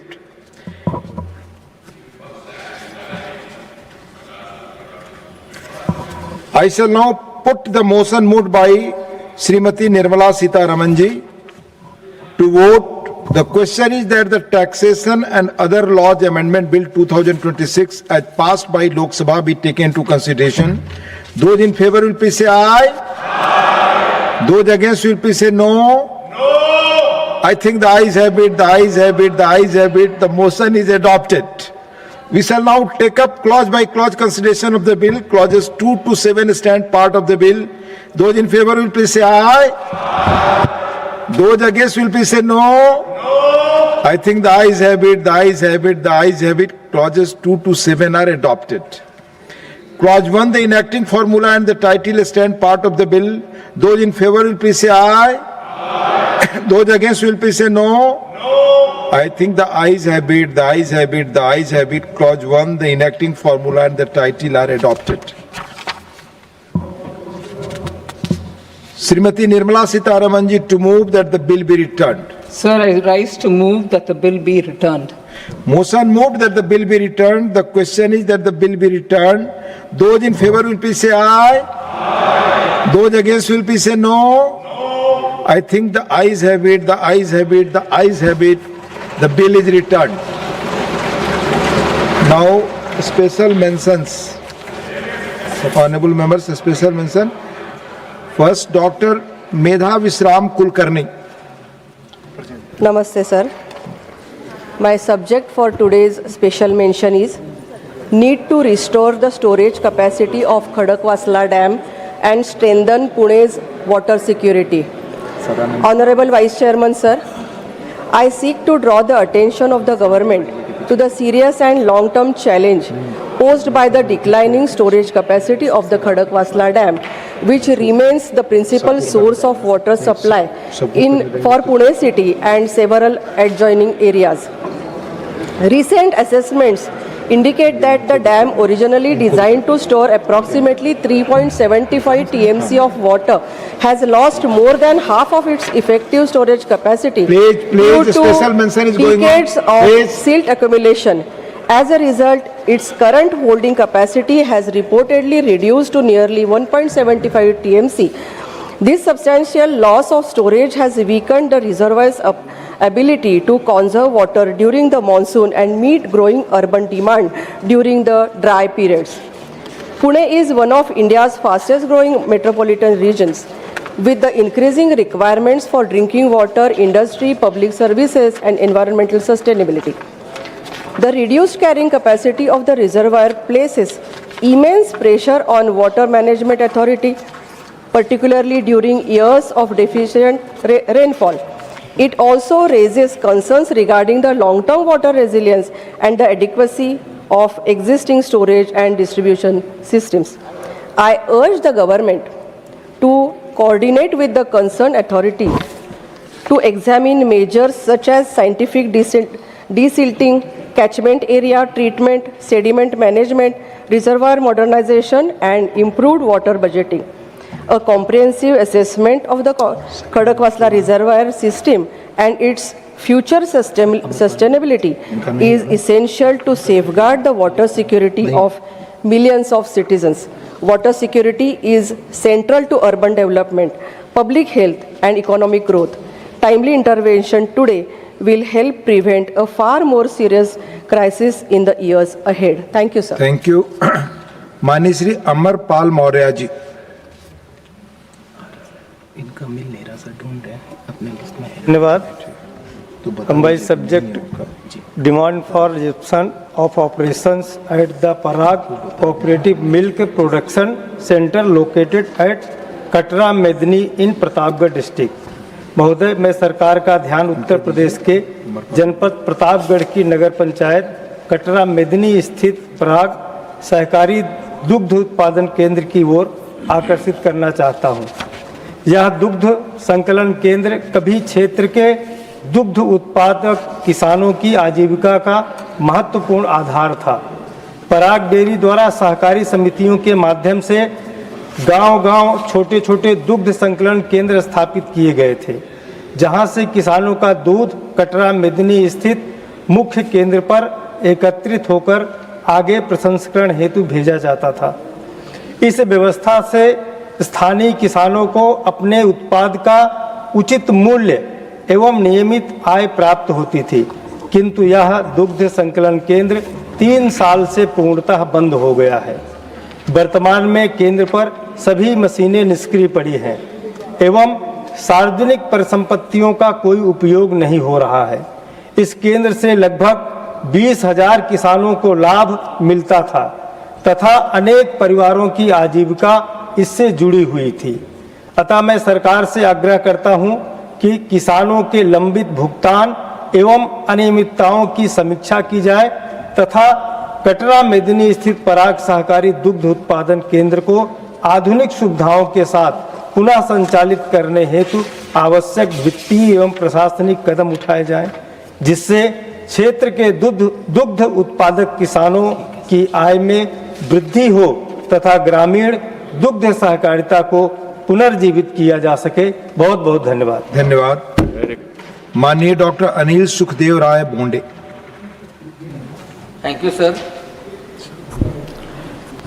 Sir, subject is need for policy to combat antimicrobial resistance. Sir, I seek to bring to the attention of the government the growing threat of antimicrobial resistance, a silent pandemic that is weakening our ability to treat common infections and threatening the very foundation of modern medicine. India is among the world's highest consumer of antibiotics. Misuse and overuse in both humans and animals, over-the-counter access and the poor waste management has made many infections harder and more expensive to treat. In 2021, India recorded an estimated 2,67,000 deaths directly attributable to AMR, with nearly 1 million associated deaths, ranking 57 globally in antimicrobial resistance mortality. This growing resistance means longer hospital stays, higher treatment cost and increased mortality, particularly among older adults. It also poses serious risk to the surgeries, cancer therapies and intensive care, where effective antibiotics are essential. While our Modi government, India has launched the National Action Plan on AMR2, challenges remains. Poor surveillance, weak cross-sector coordination, unchecked antibiotic use in agriculture and animal husbandry, and inadequate public awareness.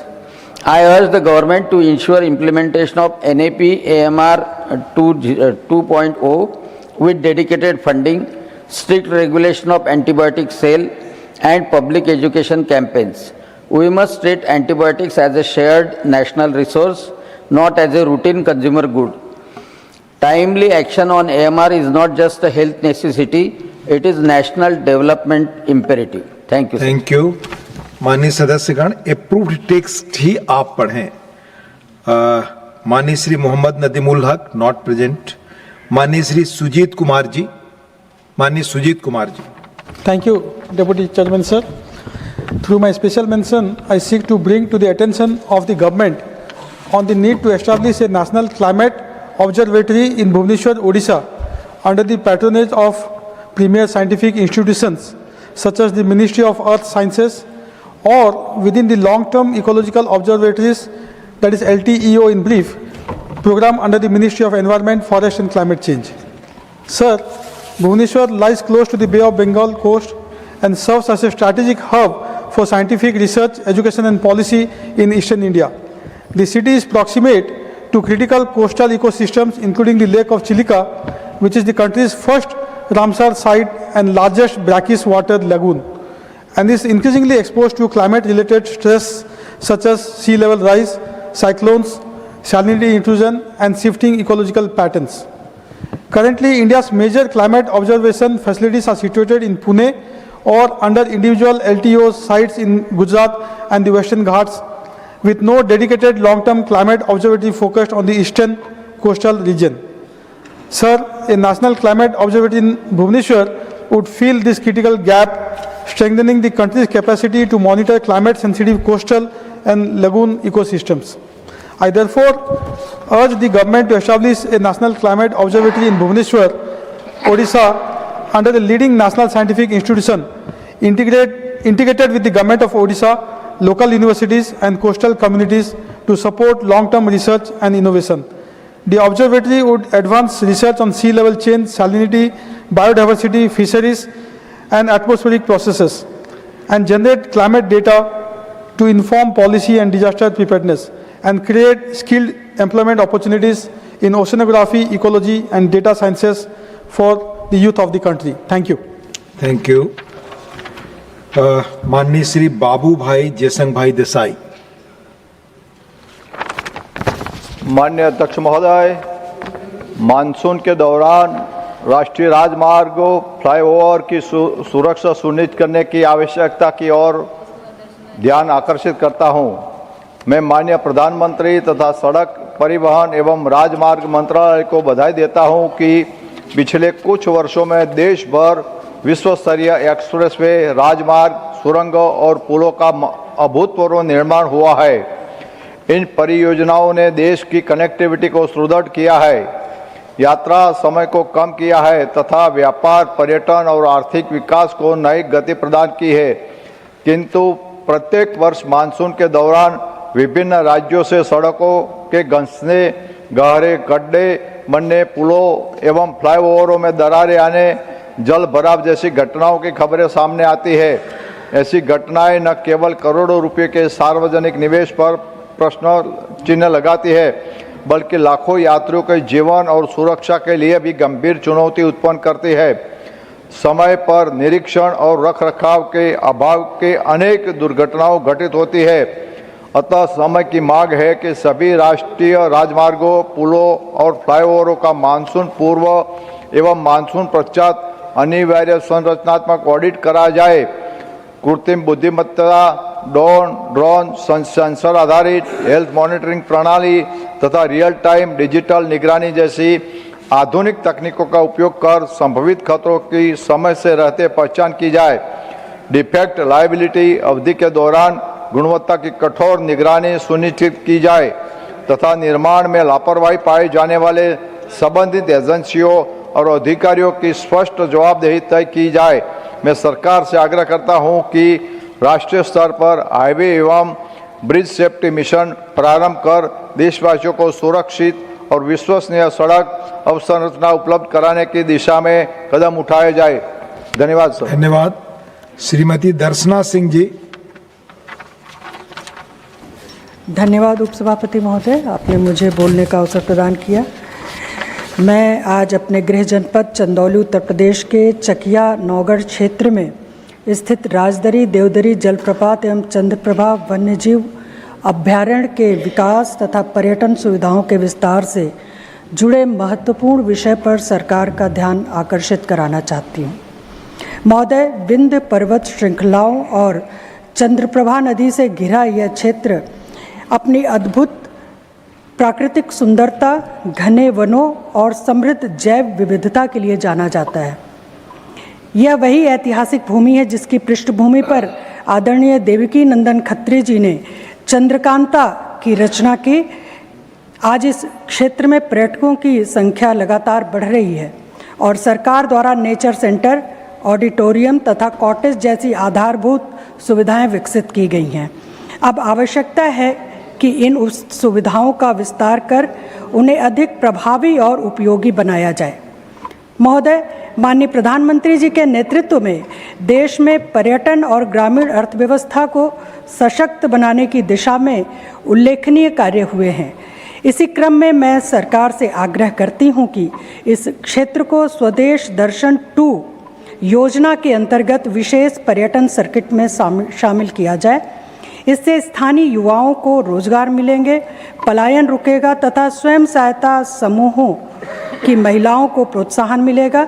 महोदय, चंदौली, जिसे धान का कटोरा कहा जाता है, अपने black rice, आदम चीनी चावल जिसे 2023 में जीआई टैग मिल चुका है, जरी जरदोजी कला के लिए भी प्रसिद्ध है, जिन्हें पर्यटन से नया बाजार मिलेगा।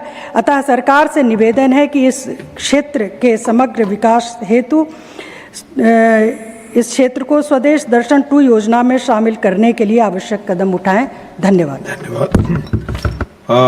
डॉक्टर धर्मशीला गुप्ता जी।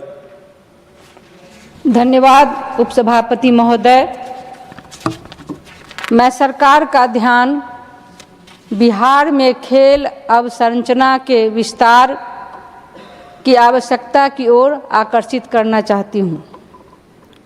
माननीय प्रधानमंत्री जी के नेतृत्व में केंद्र सरकार ने खेलो India, fit India movement, target Olympic, podium scheme तथा खेल विश्वविद्यालय जैसी अनेक ऐतिहासिक पहलें की हैं। इन योजनाओं से देश भर में खेल संस्कृति को नई ऊर्जा मिली है और भारत का अंतर्राष्ट्रीय खेल प्रदर्शन भी लगातार बेहतर हुआ है। किंतु बिहार जैसे प्रतिभा संपन्न राज्य में इन योजनाओं का अपेक्षित लाभ अभी पूरी क्षमता से नहीं पहुंचाया गया है।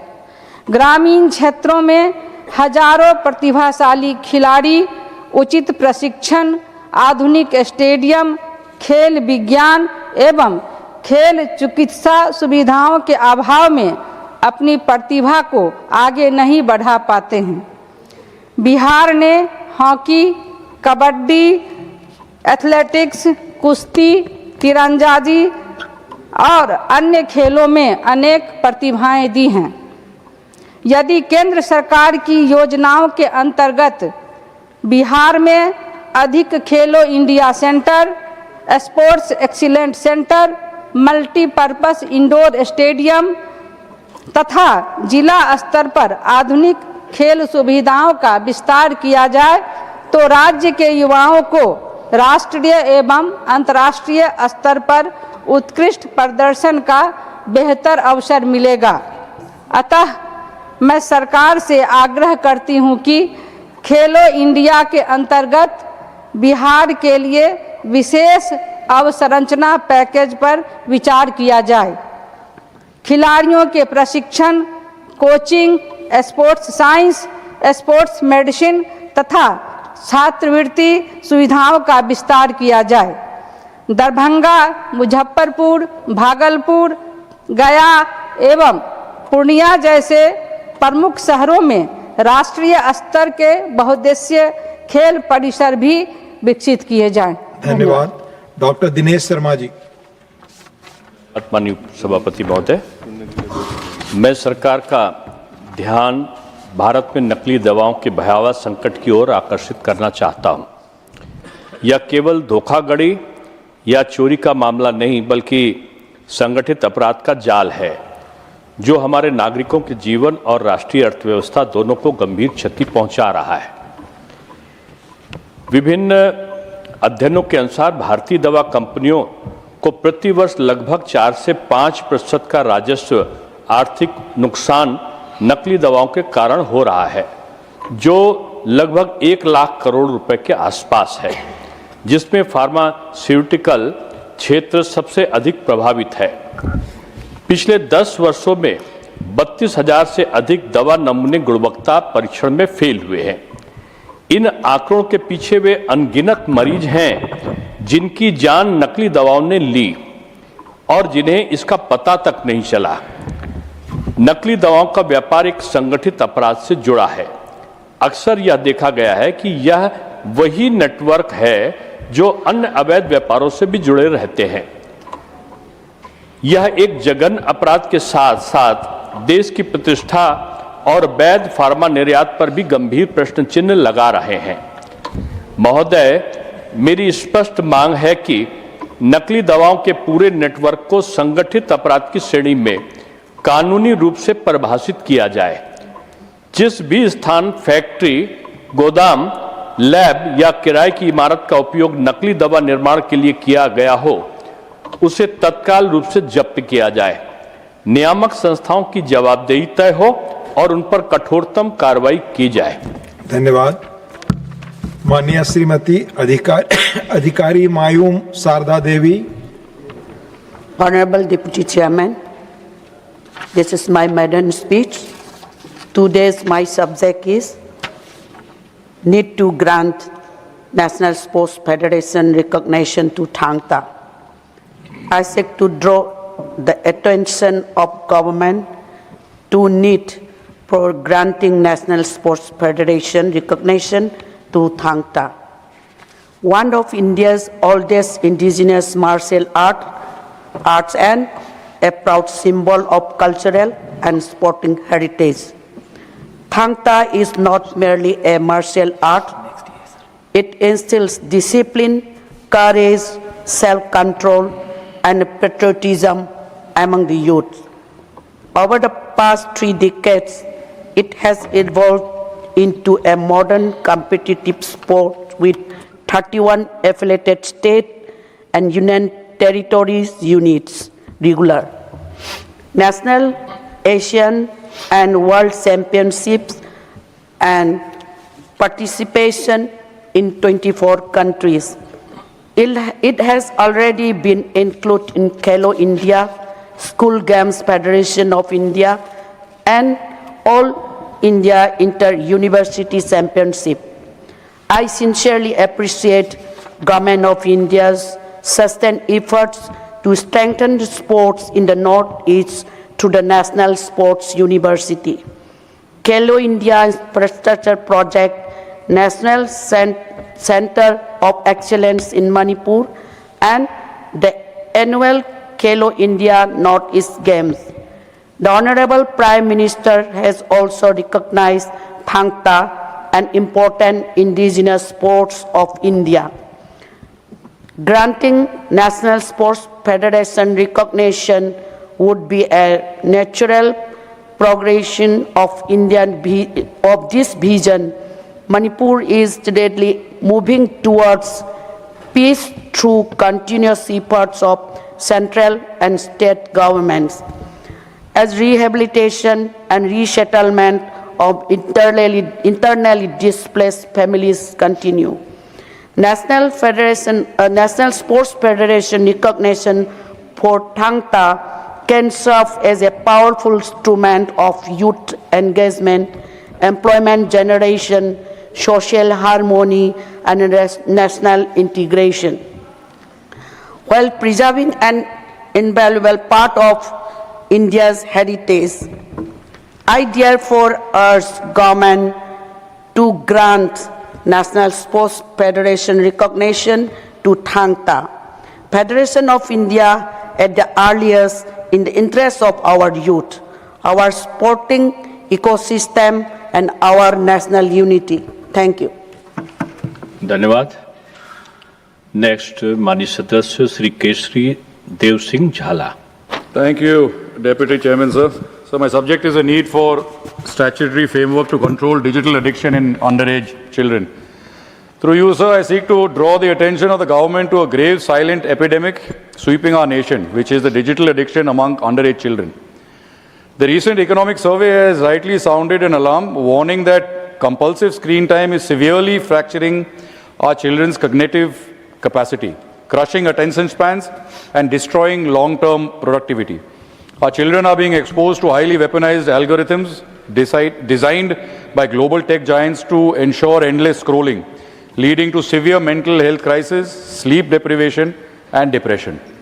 More dangerously, minors are increasingly exposed to deeply harmful online content, cyberbullying, and predatory networks without any structural shields.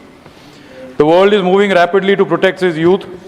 Australia has enforced a historic law imposing a strict ban on social media accounts for children under 16, backed by massive penalties on tech platforms. France has recently passed legislation banning social media for under 15s, alongside complete mobile phone restrictions in schools. Even within India, states such as Andhra Pradesh and Goa have taken proactive steps, actively evaluating legal frameworks to restrict underage social media access and introduce legislative measures. So, our children cannot be left at the mercy of manipulative design and toxic content. I urge through you the central government to step in, look at a global and state level models and introduce a comprehensive central statutory framework with strict age-wise verifications protocols to curb digital addiction and safeguard the future of our nation. Thank you, sir. Thank you. Next is Srimati J.B. Mathir Hisham, not present. माननीय सदस्य doctor कल्पना सैनी। झाला जी के धन्यवाद। मेरा subject need of effective management and safe disposal of the growing e waste in the country. मैं सरकार का ध्यान एक अत्यंत गंभीर और तेजी से बढ़ती राष्ट्रीय चुनौती ई वेस्ट इलेक्ट्रॉनिक कचरा की ओर आकर्षित करना चाहती हूँ। आज मोबाइल फ़ोन, लैपटॉप, टेलीविज़न, बैटरियाँ, चार्जर तथा अन्य इलेक्ट्रॉनिक उपकरण हमारे दैनिक जीवन का अभिन्न हिस्सा बन चुके हैं, लेकिन इनके अनुपयोगी होने के बाद सुरक्षित निपटान की समुचित व्यवस्था न होने के कारण ई वेस्ट की मात्रा लगातार बढ़ गई है। इसमें मौजूद सीसा, पारा, कैडमियम जैसे विषैले तत्व मिट्टी, जल और वायु को प्रदूषित कर रहे हैं, जिससे कैंसर, श्वसन रोग तथा बच्चों और महिलाओं के स्वास्थ्य पर गंभीर दुष्प्रभाव पड़ रहे हैं। चिंताजनक यह है कि देश में ई वेस्ट का बड़ा हिस्सा आज भी असंगठित क्षेत्र में असुरक्षित तरीके से निपटाया जाता है।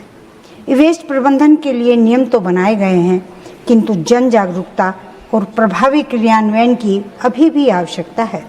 अधिकांश नागरिकों को यह जानकारी नहीं है कि पुराने इलेक्ट्रॉनिक उपकरणों का सुरक्षित निपटान कहां और कैसे किया जाए। अतः मैं आपके माध्यम से सरकार से आग्रह करना चाहती हूं कि देश भर में ई वेस्ट संग्रह एवं वैज्ञानिक रिसाइकलिंग की सुदृढ़ व्यवस्था विकसित की जाए।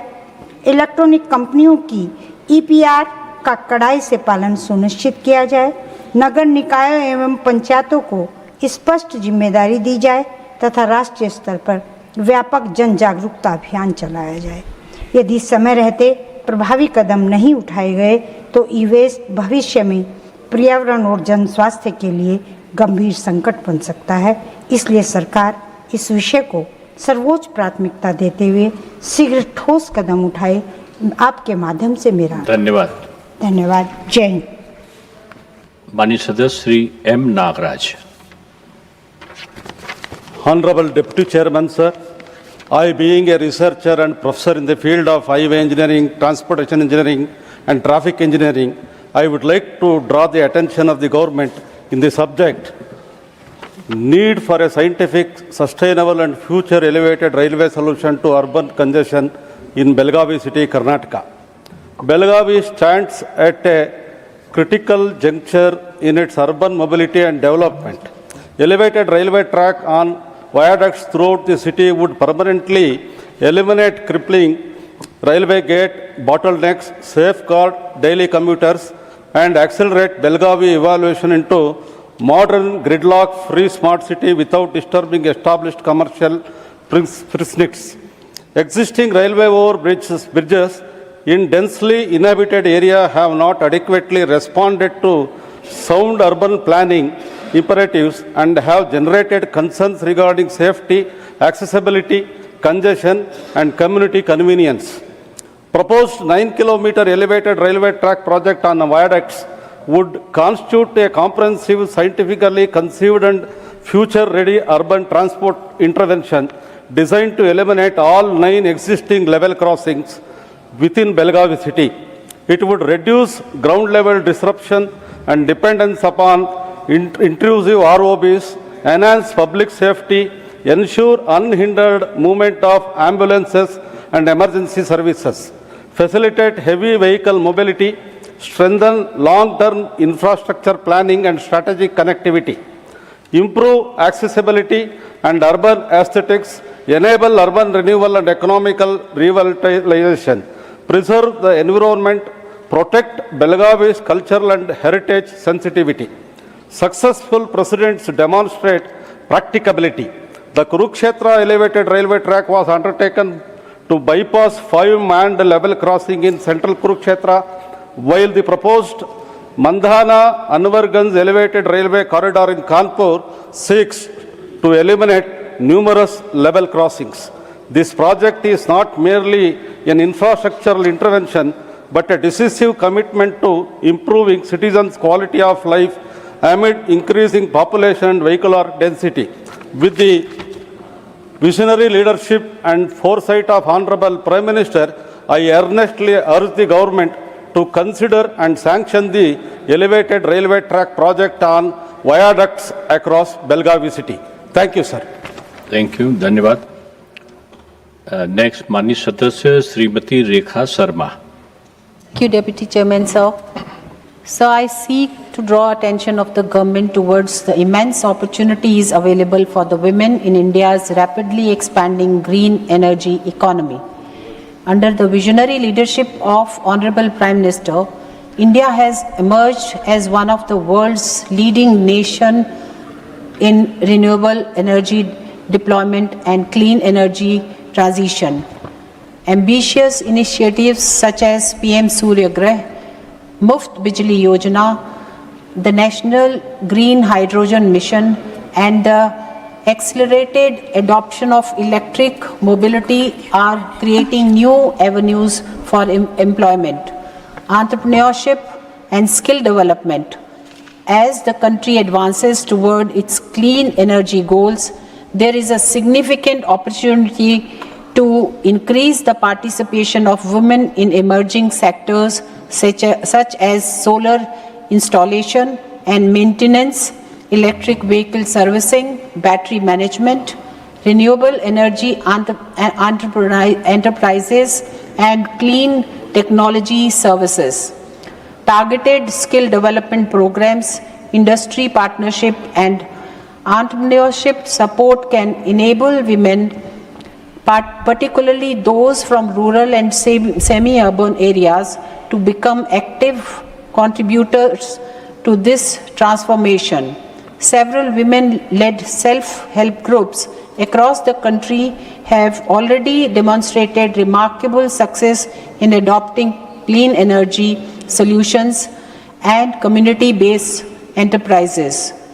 Building upon these encouraging examples, a focused national effort to promote women's participation in the green energy workforce would further strengthen the vision of women-led development and inclusive growth. I therefore urge the government to consider a dedicated framework for skill development and entrepreneurship promotion for women in renewable energy and allied sectors, enabling them to play a greater role in India's journey toward a sustainable and self-reliant future. Thank you, sir. Thank you. माननीय सदस्य doctor Satish Punia ji, not present. माननीय सदस्य Shri Chaudhary Mohammad Ramzan, not present. माननीय सदस्य श्री महेंद्र भट्ट.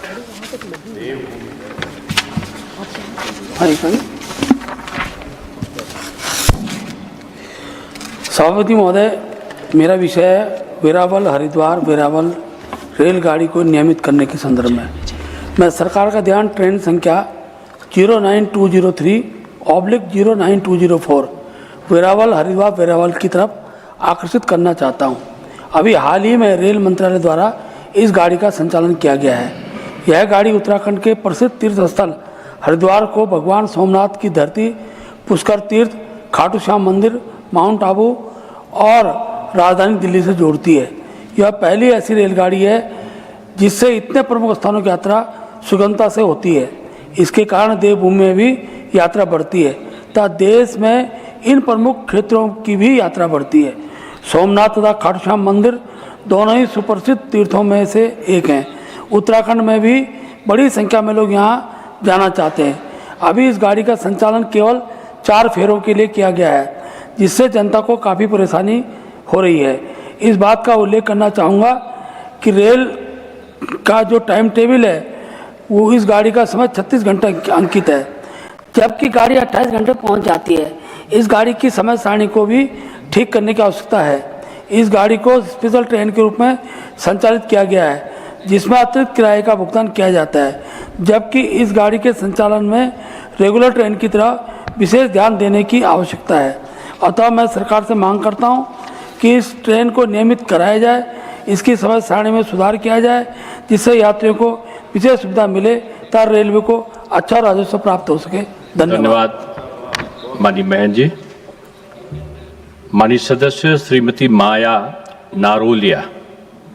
धन्यवाद माननीय उपसभापति महोदय जी, आपने विशेष उल्लेख के माध्यम से हमें बोलने का अवसर प्रदान किया। जलवायु परिवर्तन अब भविष्य की नहीं बल्कि वर्तमान की चुनौती है। अनियमित वर्षा, बढ़ते तापमान, सूखा, अतिवृष्टि और बदलते मौसम चक्र का सबसे अधिक प्रभाव हमारे अन्नदाताओं पर पड़ रहा है। इसलिए केवल संकट आने पर राहत देना पर्याप्त नहीं होगा। आवश्यकता है कि हम दूरदर्शी सोच के साथ आज ही भविष्य की तैयारी करें। मध्य प्रदेश मां नर्मदा मैया, चंबल, सोन, ताप्ती जैसी जीवनदायिनी नदियों तथा समृद्ध कृषि परंपरा वाला राज्य है। आवश्यकता केवल प्राकृतिक संसाधनों के उपलब्ध होने की नहीं बल्कि उनके संरक्षण, संवर्धन और विवेकपूर्ण उपयोग की है। जल संरक्षण को जन आंदोलन का स्वरूप देते हुए वर्षा जल संचयन, तालाबों के पुनर्जीवन, सूक्ष्म सिंचाई, जल ग्रहण क्षेत्र विकास तथा भूजल पुनर्भरण को व्यापक स्तर पर प्रोत्साहित किया जाना चाहिए। साथ ही हमारी पारंपरिक जल प्रबंधन प्रणालियों को आधुनिक विज्ञान एवं तकनीक के साथ जोड़कर अधिक प्रभावी बनाया जा सकता है। मैं सरकार से आग्रह करती हूं कि अगले 25 से 50 वर्षों को ध्यान में रखते हुए कृषि एवं जल प्रबंधन की एक समग्र और दूरदर्शी रणनीति तैयार की जाए। इसमें मिट्टी के स्वास्थ्य की सतत निगरानी, जलवायु अनुकूल बीजों का विकास, मौसम आधारित वास्तविक समय की कृषि सलाह, जल के दक्ष उपयोग तथा किसानों की जलवायु अनुकूलन क्षमता को बढ़ाने पर विशेष ध्यान दिया जाए। यदि आज दूरदृष्टि के साथ ठोस कदम उठाए जाते हैं तो मध्य प्रदेश न केवल अपने किसानों और जल संसाधनों को सुरक्षित करेगा बल्कि जलवायु परिवर्तन के इस दौर में टिकाऊ कृषि और जल प्रबंधन का एक अनुकरणीय राष्ट्रीय मॉडल भी बन सकता है। धन्यवाद। धन्यवाद माननीय सदस्य। माननीय सदस्य professor Manoj Kumar Jha, not present. Shri Mayank Kumar Nayak. Jai Somnath sir, thank you sir. मेरा सब्जेक्ट है demand for national campaigning for the prevention and the early detection of the rising cancer cases in the country, particularly breast cancer among the women. Sir, मैं सरकार का ध्यान देश में cancer से लगातार बढ़ते जा रहे मामलों की ओर आकर्षित करना चाहता हूं। विशेष रूप में महिलाओं में स्तन कैंसर के बढ़ते मामले गंभीर चिंता का विषय है। यदि समय रहते कैंसर की जांच और उपचार शुरू हो जाए तो बहुमूल्य जीवन बचाया जा सकता है। आज ग्रामीण एवं दूरदराज के क्षेत्र में बड़ी संख्या में लोग विशेषकर महिलाओं को नियमित कैंसर जांच और स्क्रीनिंग की पर्याप्त सुविधा उपलब्ध नहीं है। जागरूकता की कमी के कारण भी कई मामलों का पता बीमारी की गंभीर अवस्था में पहुंचने के बाद चलता है। अतः मेरा सरकार से आग्रह है कि कैंसर की प्रारंभिक पहचान के लिए देशव्यापी विशेष स्क्रीनिंग एवं जागरूकता अभियान चलाया जाए। विशेष रूप में स्तन कैंसर एवं सर्वाइकल कैंसर के नियमित जांच के लिए ग्रामीण क्षेत्रों तक मोबाइल स्क्रीनिंग वैन और विशेष जांच शिविर आयोजित किए जाए। इससे साथ ही कि अत्यधिक प्रोसेस्ड खाद्य अस्वास्थ्यकर खानपान और खाद्य पदार्थों में मिलावट के गंभीर प्रभावों को देखते हुए खाद्य सुरक्षा मानकों की सख्ती से पालन सुनिश्चित किया जाए। मिलावट करने, प्रतिबंधित एवं हानिकारक रसायनों का उपयोग करने तथा जन स्वास्थ्य से खिलवाड़ करने वाले व्यक्तियों, प्रतिष्ठानों एवं कंपनियों के विरुद्ध कठोर कानूनी कार्यवाही की जाए तथा नियमित सैंपलिंग और निगरानी को प्रभावी बना जाए। मेरा सरकार से अनुरोध है कि कैंसर की रोकथाम, जागरूकता एवं प्रारंभिक जांच के लिए व्यापक राष्ट्रीय अभियान प्रारंभ किया जाए। Thank you sir. धन्यवाद माननीय बैंक जी। अगला नाम बोलने से पहले एक सूचना। Honorable members, now it is 6 p.m. If the House agrees, we may extend the sitting till the disposal of the permitted special mentions. धन्यवाद। माननीय सदस्य श्री रामजीलाल सुमन नॉट प्रेजेंट। माननीय सदस्य Shri Raghav Chadha. Sir, thank you sir. आपने अपॉर्चुनिटी दी स्पेशल मेंशन कैटेगरी में एक important issue को हाईलाइट करने की जो हमारे देश की आम जनता से जुड़ा हुआ है, matter of public importance. Sir, my subject is concern over withholding of dead bodies by hospitals due to unpaid bills. Sir, इंसान की डेड बॉडी को आज कुछ प्राइवेट हॉस्पिटल्स ने एक्सटॉर्शन का एक जरिया बना लिया है। 1 जनवरी 2026 को अल्मोड़ा में रहने वाली एक 65 वर्षीय 65 ईयर ओल्ड पेशेंट सीमा जी को इमरजेंसी में एक प्राइवेट हॉस्पिटल लाया गया। सिर्फ 2 घंटे के इलाज के बाद उनकी डेथ हो गई और हॉस्पिटल ने उनके परिवार को 80,000 रुपीज़ का 80,000 रुपये का एक लंबा चौड़ा बिल थमा दिया। परिवार ने जैसे तैसे करके 57,000 रुपीज़ पे कर दिए। केवल 23,000 रुपये 23,000 रुपीज़ देना पेंडिंग था। परिवार रोता रहा, गिड़गिड़ाता रहा, लेकिन प्राइवेट हॉस्पिटल ने पेंडिंग बिल की वजह से डेड बॉडी देने से इनकार कर दिया। हद तो तब हो गई सर जब अस्पताल ने परिवार की गाड़ी तक रोक देने की धमकी दी और पुलिस के इंटरवेंशन के बाद डेड बॉडी और डेथ सर्टिफिकेट सौंपा गया। सर, केवल एक प्राइवेट हॉस्पिटल की ये कहानी नहीं है। बीते सालों में पुणे हो, मुंबई, दिल्ली, लुधियाना, ग्रेटर नोएडा में कई हॉस्पिटल्स से ऐसी खबरें आईं। कुछ इंसिडेंट्स को मीडिया ने कवर भी किया, लेकिन ऐसे न जाने कितने परिवार होंगे जो चुपचाप उधार लेकर या जमीन जायदाद बेचकर अपने परिजन की डेड बॉडी वापस लेते हैं और प्राइवेट हॉस्पिटल्स द्वारा इस ब्लैकमेल के शिकार होते हैं। सुप्रीम कोर्ट की गाइडलाइंस और मिनिस्ट्री ऑफ हेल्थ के पेशेंट्स राइट चार्टर दोनों साफ कहते हैं सर कि कोई भी हॉस्पिटल किसी भी कारण से पेशेंट की डेड बॉडी नहीं रोक सकता। सर, मैं ये आग्रह करता हूं कि इसके लिए एक स्पष्ट और सख्त लॉ बनाया जाए।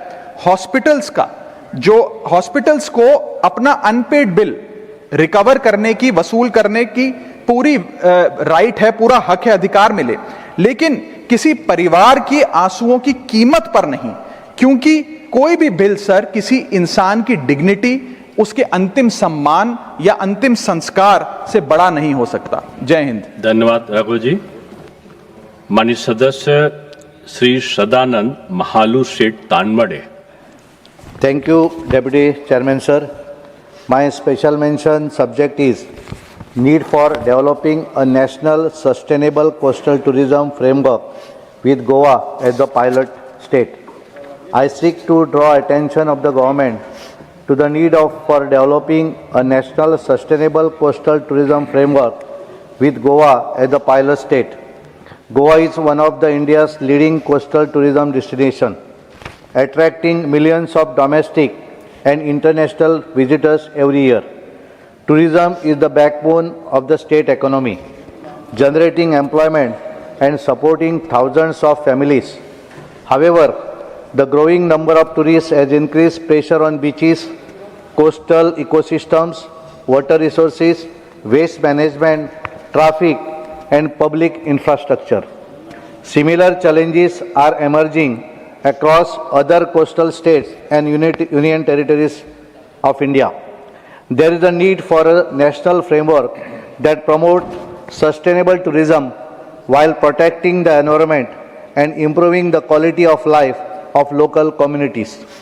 The framework should provide scientific guidelines for assessing the carrying capacity of tourist destinations, strengthening waste and sewage management, conserving beaches and marine biodiversity, promoting eco-friendly tourism infrastructure, encouraging community participation, and adopting digital technologies for better destination management. Goa is well placed to serve as the pilot state due to its well-developed tourism sector, extensive coastline, and experience in tourism management. The best practices and policies models developed in Goa can subsequently be replicated across other coastal states and union territories. I therefore urge the government to formulate a national sustainable coastal tourism framework and implement it first in Goa. This initiative will help protect India's coastal environment, strengthen the blue economy, promote sustainable livelihoods, and position India as a global leader in responsible coastal tourism. Thank you, sir. धन्यवाद माननीय Sadanand ji. Next माननीय सदस्य Shri Santosh Kumar P, not present. The House stands adjourned to meet at 11 a.m. on Tuesday, the 11th August 2026.